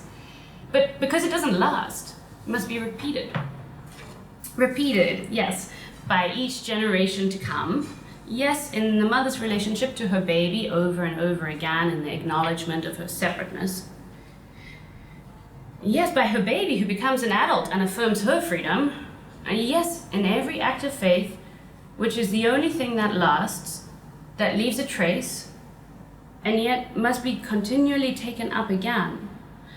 Yes, in writing over and over, 4 times at least, into a pattern that can decorate a treatise as if at its 4 corners, as if a frame.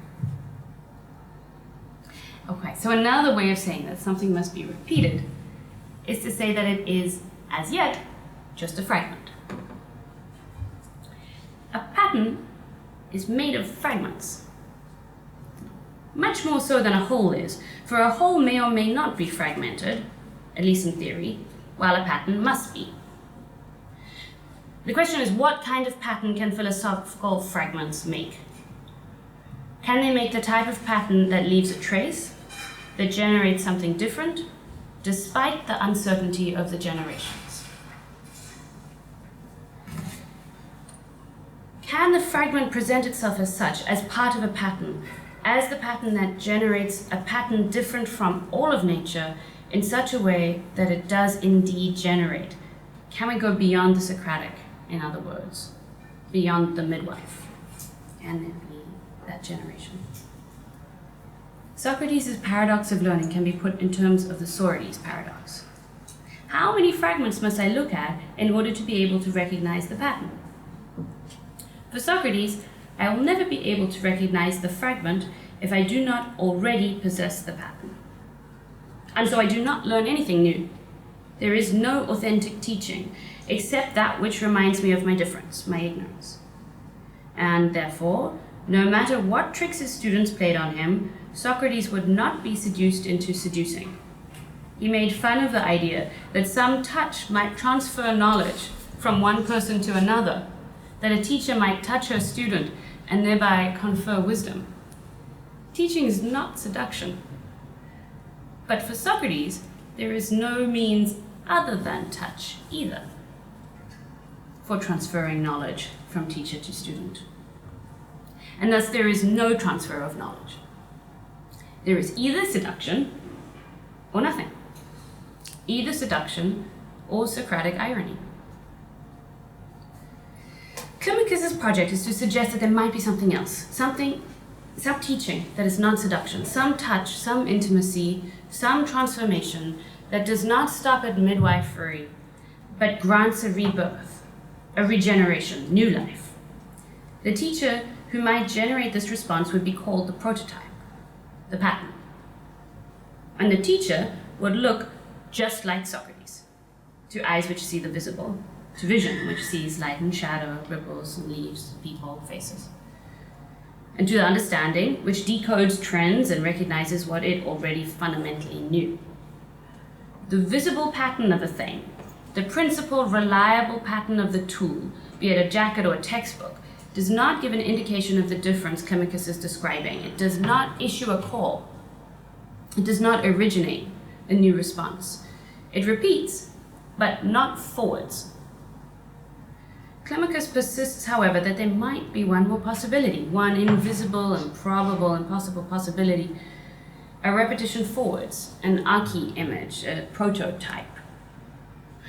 This possibility, invisible, untouchable, uncertain, Climacus puts in terms of belief, De Silentio in terms of faith. But instead of following what might be considered the established trajectory and moving from the aesthetic surface to the depths of religion, I'm contending that there is reason to think about what Kierkegaard means by faith in relation to aesthetics, to the work of art.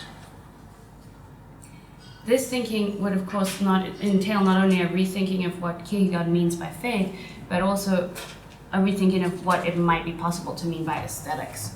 So those things would have to kind of go on at the same time. The precedent for such a move, however, had already been written down by one of Kierkegaard's most significant predecessors. He succeeded. Perhaps we could go so far as to say one of his teachers. Kant, in the Critique of Judgment, describes a judgment of taste as one which holds true universally and yet is absolutely singular. What this means is that it must follow the pattern set by a prototype. And yet this following, nachfolge, Kant says, cannot be a simple imitating, nachachen. In Danish, the word efterfølgelse, following, is used to mean the imitation of Christ. And this is the term Kierkegaard uses when he describes our response to the prototype as one of following. So when I say, this flower is beautiful, I'm making a claim which I expect you will agree with, which I require you to agree with. It's a universal truth claim, Kant says. However, I will not be able to show you the concept that makes it true, since there is not a concept that makes it true. Each person has to realize the beauty of the flower herself. Kant does not spend many pages worrying about a situation in which a student is trying to learn what is true about the beautiful, about which flower, or painting, or poem, or set of fragments is beautiful. But in the marvelously succinct 2-page section at the beginning of the deduction entitled The First Peculiarity of the Judgment of Taste, Kant lingers on the problem of learning for just a few passages. It's a matter, Kant says, of the pattern, the model, the prototype, and how to follow. Kant says that in relation to a judgment of taste, we demand that a person judge for himself. Oh, this is Kant. We demand that a person judge for himself. He should not have to grope about among other people's judgments by means of experience in order to gain instruction. Judge for yourself. Fine, but does that mean there are no teachers? That all instruction would be no more than groping? How can a teacher teach me if I am to judge for myself? Yes, there are teachers, Kant says. So this is Kant. If each subject had always to start from nothing but the crude predisposition given him by nature, many of his attempts would fail, if other people before him had not failed in theirs. They did not make these attempts in order to turn their successors into mere imitators, but so that, by their procedure, they might put others on a track whereby they could search for their own principles within themselves and so adopt their own and often better course. And that's Kant. So to go back to those generations. The generations do not succeed one another like forest foliage then for Kant too, not just a silentio. There is this assurance that some mark can be left, some learning can happen. But then, as Climacus will do, Kant arranges the generations of teachers into roughly two groups. The works of the ancients as models, he says, on the one hand, and a different group, religious teachers, who might offer an example of virtue and holiness. Kant does not dwell on the difference between these groups as Climacus does. In both cases, there is no concept which will make the learning possible, and a simple imitation will not replace the learning. In both cases, the prototype demands a follower. So Kant says, following, by reference to a precedent rather than imitating, is the right term for any influence that products of an exemplary author may have on others. And this means no more than drawing on the same sources from which his predecessor himself drew, and learning from him only how to go about doing so. So all the learner has to do is learn from her teacher how she learned from her teachers. And with that, we will be able to pronounce the right flower truly beautiful. It's almost as if Kierkegaard took up this passage specifically to respond to. It's not simply in relation to the Lutheran tradition, but in relation to this Kantian aesthetics that he makes his intervention. It's almost as if in philosophical fragments, one could read a repetition of Kant, but not without a difference. That which is able to speak, to call, to originate, is not merely imitation. No. So Kierkegaard repeats Kant, but he also splits apart those two generations, the two great generations of teachers, the philosophers and the believers, so that their difference is absolute. And yet now we're obliged to return to the work of philosophy or of art. And just as we have had to ask about faith, is such a thing possible, a communication of truth via the pattern? Now we have to ask, would it be possible for a work of art, for a text, to be an origin? Would it be possible for a dialectical lyric, or a set of philosophical crumbs, to present the kind of pattern that generates something lasting, something new, to teach? That has to remain uncertain, but with the uncertainty that is faith's uncertainty, with unsureness. So Climacus says in fragments, immediate sense perception and cognition do not have any intimation of the unsureness with which belief approaches its object, but neither do they have certitude that it extricates itself from the incertitude. So as there is pattern and pattern, there is uncertainty and uncertainty. With regard to the possibility of a radical teaching, a strong pattern, there is the deepest uncertainty. Silentio calls it fear and trembling. This unsureness, this fear and trembling, is not merely an incertitude which might vacillate in doubt, unable to act. Belief stops doubt, belief acts. But in stopping doubt, in extricating itself from incertitude, belief doesn't thereby conquer uncertainty or unsureness. The pattern that belief testifies to is not available for immediate sense perception, nor for cognition. I can't see it, or nothing in what I can see is certainly it.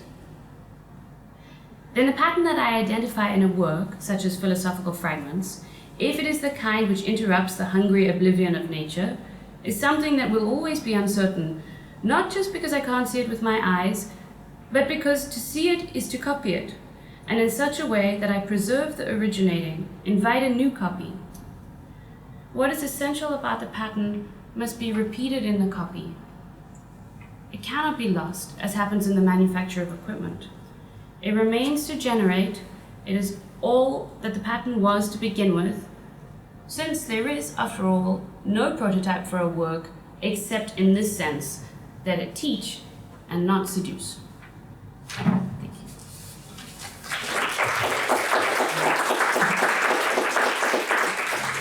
Yeah, I'm Sebastian Husch from the University Aix-Marseille, and I thank Erin very much for the invitation, and I'm glad to be here and enjoyed so far the conference, and I hope it won't change with my paper in the end.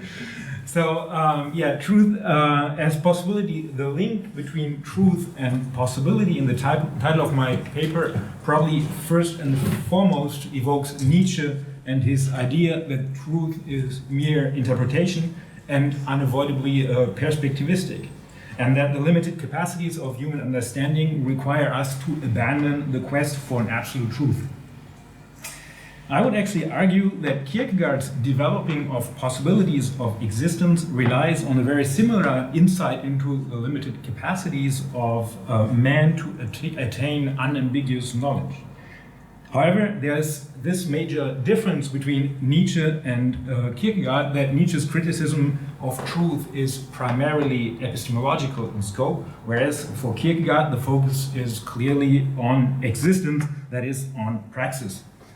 I'll illustrate that with a quotation which is rather well known from his diaries, where he writes in younger years, "What I really need to do is to get clear about what I must do, not what I must know, except insofar as knowledge must precede every act. The crucial thing is to find a truth which is truth for me, to find the idea for which I'm willing to live and die." Thus, Kierkegaard aspires to a subjective truth, a truth allowing him to posit himself in a meaningful manner. Unlike Nietzsche, he does not see any possibility to construe a self experienced as meaningful without it being related to a transcendent instance. For Kierkegaard, if God can no longer be considered to be an epistemological necessity, God remains nevertheless something like an existential necessity. Thus, one could say that by developing the concept of religious existence, Kierkegaard construes a metaphysic anchorage as an epistemologically possible existential necessity. God is, in this sense, existentially necessary to overcome despair, and remains epistemologically possible in the light of the impossibility to attain absolute truth. However, the absence of epistemological certainty implies that stances other than the religious existence are equally possible, and from the epistemological standpoint, equally legitimate or illegitimate. For example, the prototypical non-religious existence, which is the aesthetic existence. The superiority of the religious existence depends, in the last instance, essentially upon the adherence to the definition of man as spirit, as posited by Anticlimacus in Sickness unto Death. Only under the premise that man is spirit, that is, a synthesis of an immanent and a transcendent dimension, can the religious existence figure as the sole meaningful way of existing, relegating all other forms of existence to despair. Now, it is clear that for Kierkegaard, religious existence means existence as a Christian. And if many of us today can probably concede the inevitability of experiencing despair in the attempt to seize one's authentic self, as we are unavoidably confronted with the incongruity of the aspirations for transcendence on the one hand and our finitude on the other, it might be more difficult for many Western contemporaries to follow Kierkegaard when he unfolds his reflections of how to overcome despair. One example is Ernst Tugendhat, who stresses that the importance for a perspective of religiosity in a broad sense in order to attain peace of mind is still important, but he declares frankly that for him, believing in the Christian God is no longer compatible with what he calls intellectual honesty. If we follow Tugendhat with his criticism of Christianity, the question would have to be asked as to whether and to which extent it is possible to find a way out of despair that would be compatible with intellectual honesty, as Tugendhat defines it, and which is not mere repression of despair, as in what Kierkegaard calls spiritlessness. So, in my present paper, I want to suggest that Kierkegaard's analysis of despair as a pivotal experience in reflected life can open up the way to a possibility of existence which is free of despair, but at the same time remains compatible with Tugendhat's claim for intellectual honesty. To be more concrete, I will try to show that Zen Buddhism offers a perspective of how to overcome despair and find fulfillment which does not require any metaphysical claim.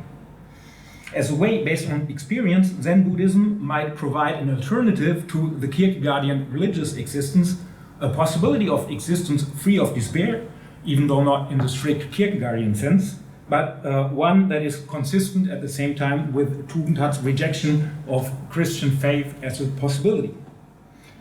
I will develop my argumentation in 3 sections. In the first, I will just highlight some elements in Kierkegaard that seem essential for my claim. And the second part, I will briefly summarize Tugendhat's criticism of religiosity and why Christian faith is no longer a possibility for him, and also explain his idea of intellectual honesty.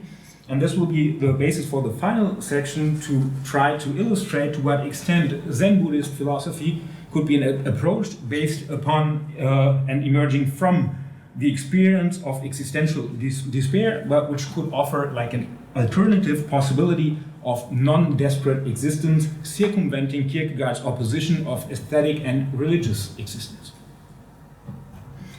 So, to start with Kierkegaard's quest for meaningful existence develops in an epistemological framework, I would say, that must go without any kind of firm foundation. The consequence he takes from this is to develop philosophy as possibility. More concretely, he develops possibilities of construing the self as this concrete existing individual and unfolds these possibilities within the framework of what he calls the different stages of existence.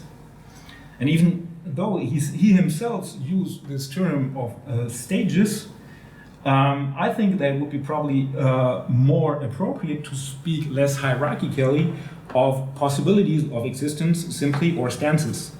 Because under the premises imposed upon Kierkegaard's writings by the concept of indirect communication, and as briefly indicated earlier with regards to their epistemological status, these possibilities of existence are a priori to be considered as equivalent. A hierarchy is introduced only by way of possible distinctions. Thus, it is only from the religious perspective that, namely, the aesthetic existence appears as a stage to be overcome and thus inferior to the religious existence. However, its inferiority is due to the possible anthropology, or a possible anthropology, which is the anthropology exposed in Sickness unto Death, and which holds not only that man is spirit and thus a relation which relates itself to itself, trying to synthesize the infinite and the finite, the temporal and the eternal, but most importantly for Antiklimakos, in doing so, one has to relate the self to the transcendent third, which is at the origin of this synthesis. The challenge for the self consists thus in integrating the paradoxical structure of the self to be linked to transcendence on the one hand and to be attached to immanence on the other.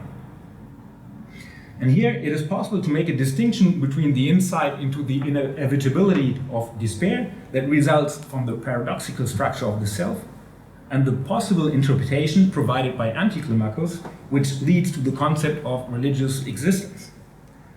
Phenomenologically, the experience of despair is prior to the opening up of the possibility of the religious existence.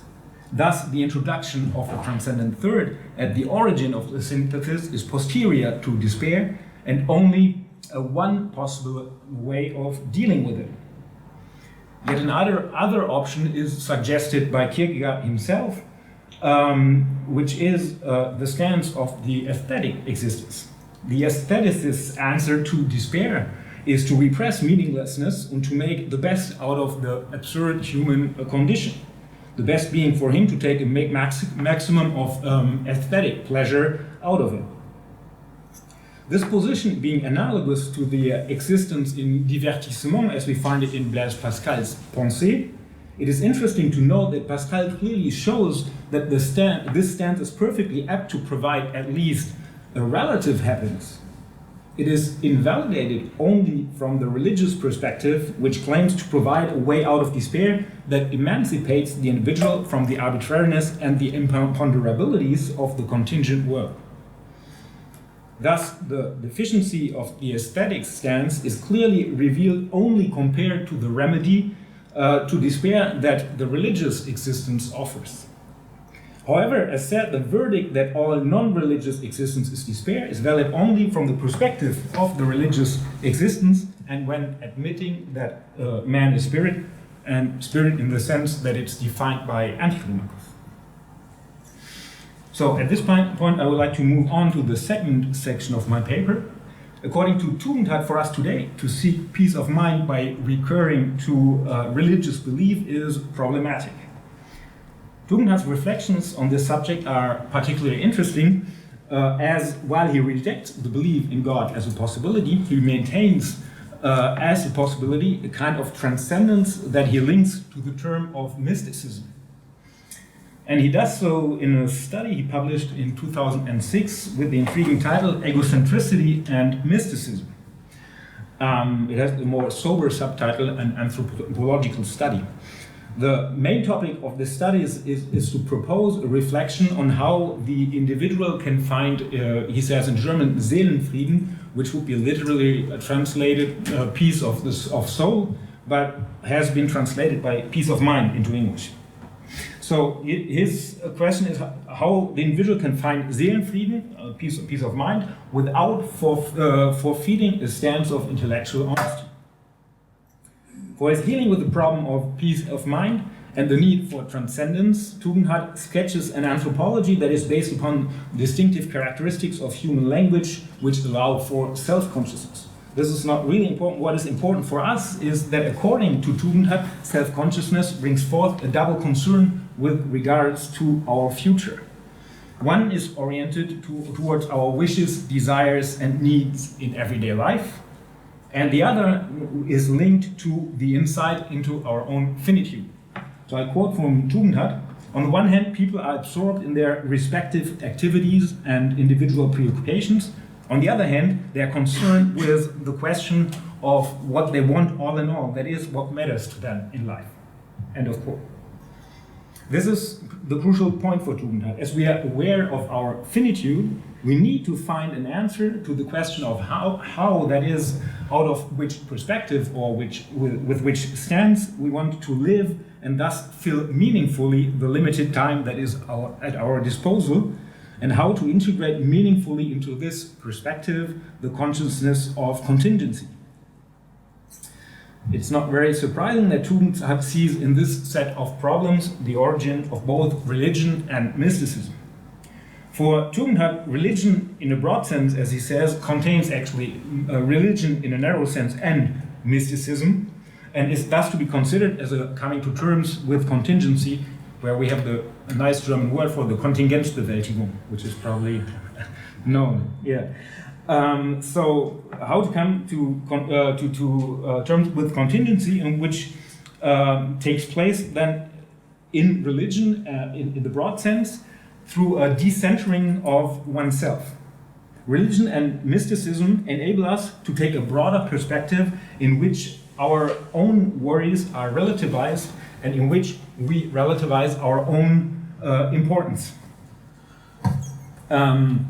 According to Tugendhat, religion gives us a fixed point that transcends our world and allows us to organize the totality of our experiences and the totality of the phenomena in the world around this fixed point. And within the context of these reflections, Tugendhat also explicitly uses the notion of transcendence. I quote, "One could say of such fixed points that they are transcendent in one sense or another, that they are not from this world." End of quote. If Tugendhat, as Kierkegaard sees in perspectives of transcendence, thus a kind of existential necessity with regards to the possibility to attain peace of mind, in the end it is only mysticism that he sees as a convincing option for us. For Tugendhat, religion, the definition of religion in the narrow sense is rather narrow, we have to admit, and which is actually the traditional monotheistic religion, which is, according to him, anthropocentric and anthropomorphic, and which has a conception of God as, he says, a personal suprahuman being. And he says that believing in this kind of God is not compatible for us with intellectual honesty. So what is intellectual honesty? For him, it is a stance or an attitude which requires to resolve the often existing tension between the maintaining of understandable motives of self-delusion and the motive to clarify one's own situation by opting for the latter at the expense of the former. According to Tugendhat, religion in the narrow sense is an understandable orientation as it responds to our need to come to terms with contingency and to find meaning in our existence. However, says he, this is precisely the reason why it would be dishonest to believe in God. His argumentation goes as follows. Tugendhat says that there is and there cannot be any evidence neither for nor against the existence of God.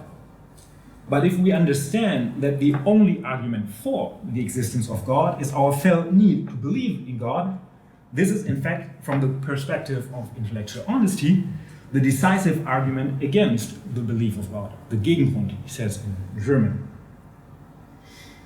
If Tugendhat rejects thus religion in this narrow sense, he holds mysticism, as he defines it, to be a still possible orientation.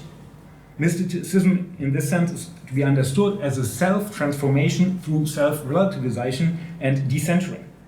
Mysticism remains a possibility insofar as it represents a form of transcendence, according to him, that is rationally accessible, can be made transparent by giving reason, and requires no metaphysical claims, including the claim for God as an existential necessity, as we find it in Kierkegaard, I think. My following reflections will go then in the direction of Tugendhat. More concretely, I will try to illustrate that the Zen Buddhist approach could provide a way to overcome despair. Here again, I stress not in the strict sense of antiklimakus, more in broader, more existential understanding. So to overcome despair, all the while remaining compatible with the stance of intellectual honesty, up to a certain degree. In this sense, I would like to suggest that the Zen Buddhist existence could be considered as a form of non-Christian complement to the possibilities of existence that Kierkegaard sketches.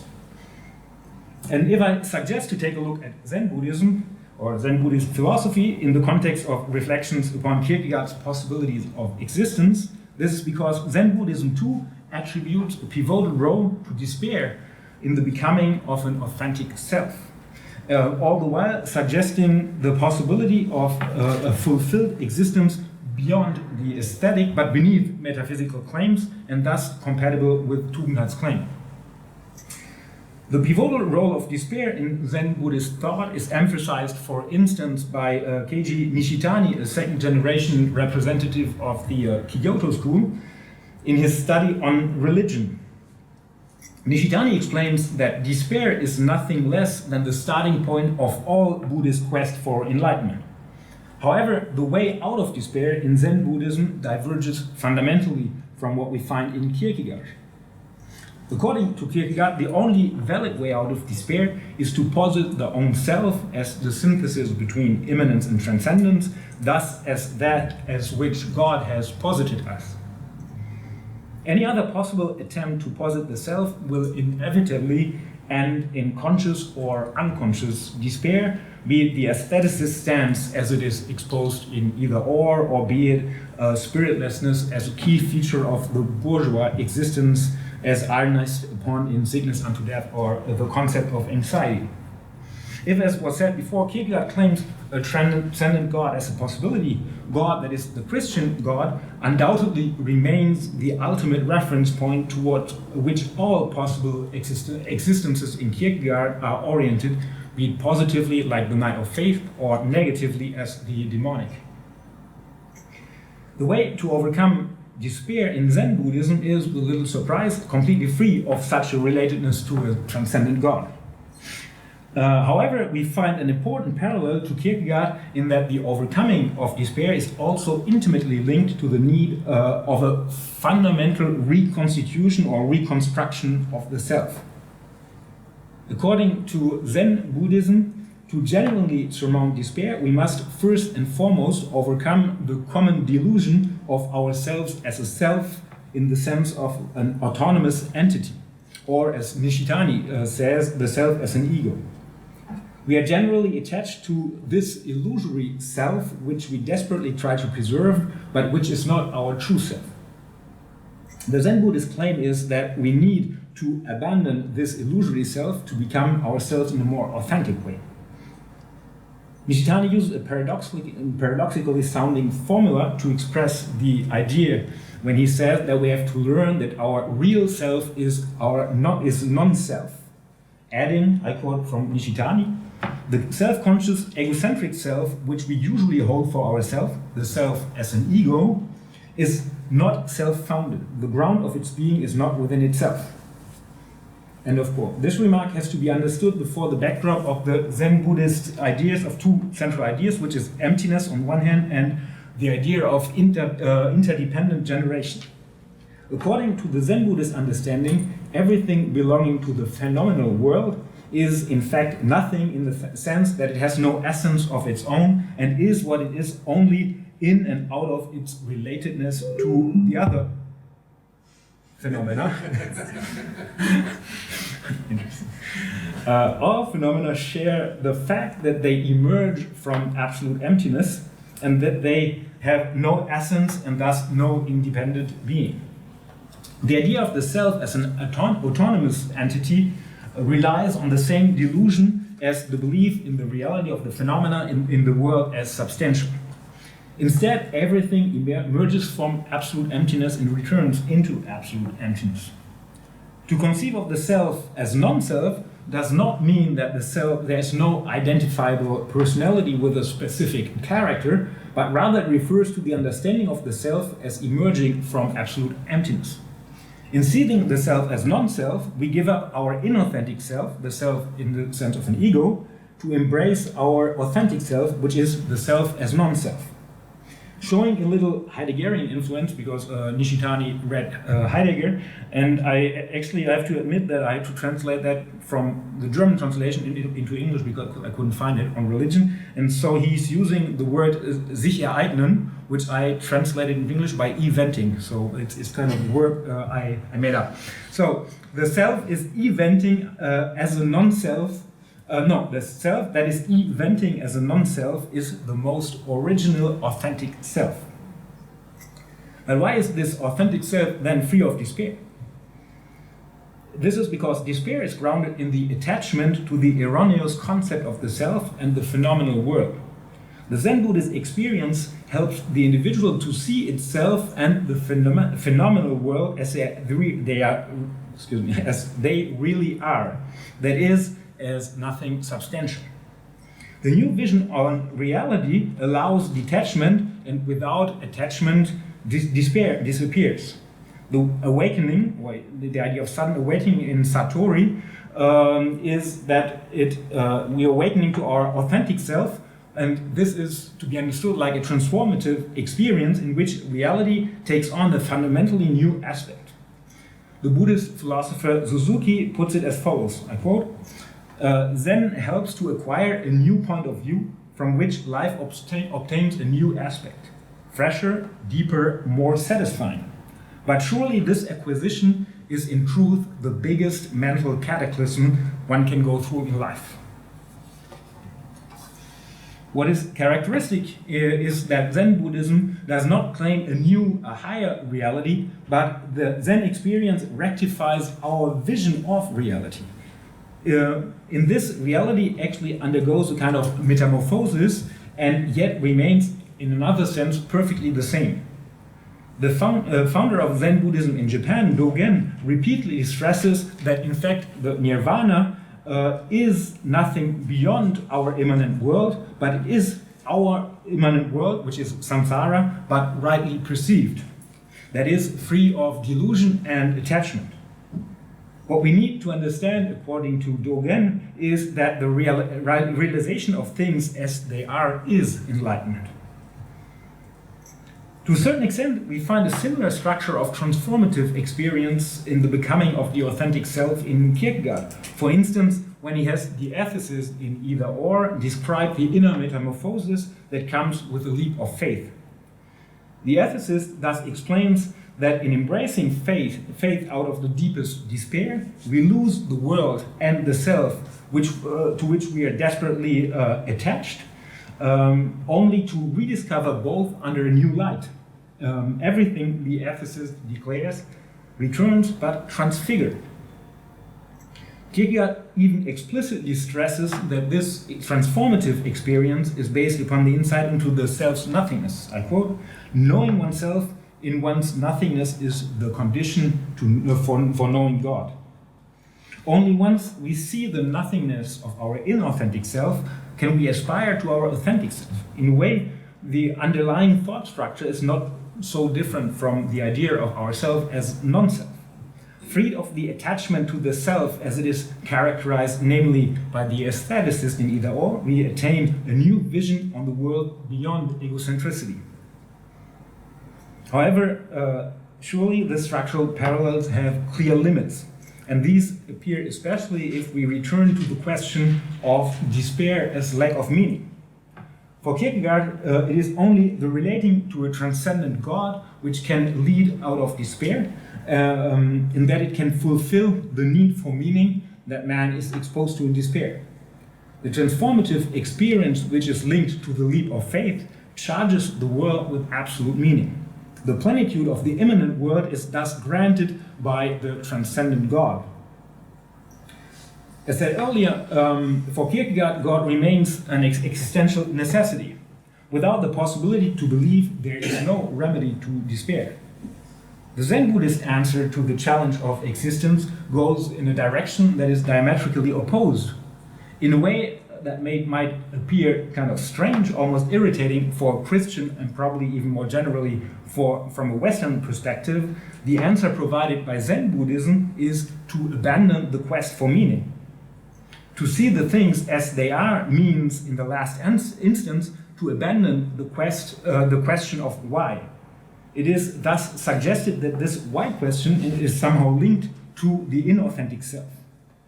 Once delusion is overcome, the quest for meaning can be abandoned. I quote from Nishitani, who writes, "Once our existence, our life, and our activity emerge from their ultimate ground, that is, once they event where the non-self is the self, they are completely free of any why or at what purpose. The quest for transcendent objective or explanation ceases. Existence becomes an objective and an end in itself, groundless, unfounded, a life without why." End of quote. Viewed through the usual logic of the intellect, this description seems probably of little plausibility. Thus, it is of utmost importance to see that the stance of the without why that comes with Satori must be conceived of as an experience that transcends reason, an experience in which there is no more separation between the self and the world. The self as non-self inscribes itself affirmatively in the eternal becoming and perishing which emerges incessantly from absolute emptiness, and thus attains a stance providing something that corresponds to Tugendhat's peace of mind. My conclusion. So I took up the idea of possible truths with regards to existence and tried to show how the Zen Buddhist affronting of despair leads from a structurally comparable starting point to a solution which seems fundamentally opposed to that of Kierkegaard, even though there are some structural parallels. Thus, in Zen Buddhism, as for Kierkegaard, the attempt to overcome despair is linked to a fundamental change in the stance from which we perceive our world. However, in this context, Kierkegaard remains attached to the tradition of the Christian metaphysical heritage, although for him the traditional concept of absolute truth based on metaphysical speculation is no longer an option. He tries to preserve the Christian construct at least as a possibility. It is still God who charges the world with absolute meaning, and the overcoming of despair is thus possible only if and when the self founds itself in God. The Zen Buddhist approach, which is naturally totally out of the scope of Kierkegaard's thought, proposes a way out of despair that remains purely immanent, or, if you wish, suggesting a kind of immanent horizontal transcendence. The self must free itself from the self as an ego and will then experience the unity and the emptiness of everything.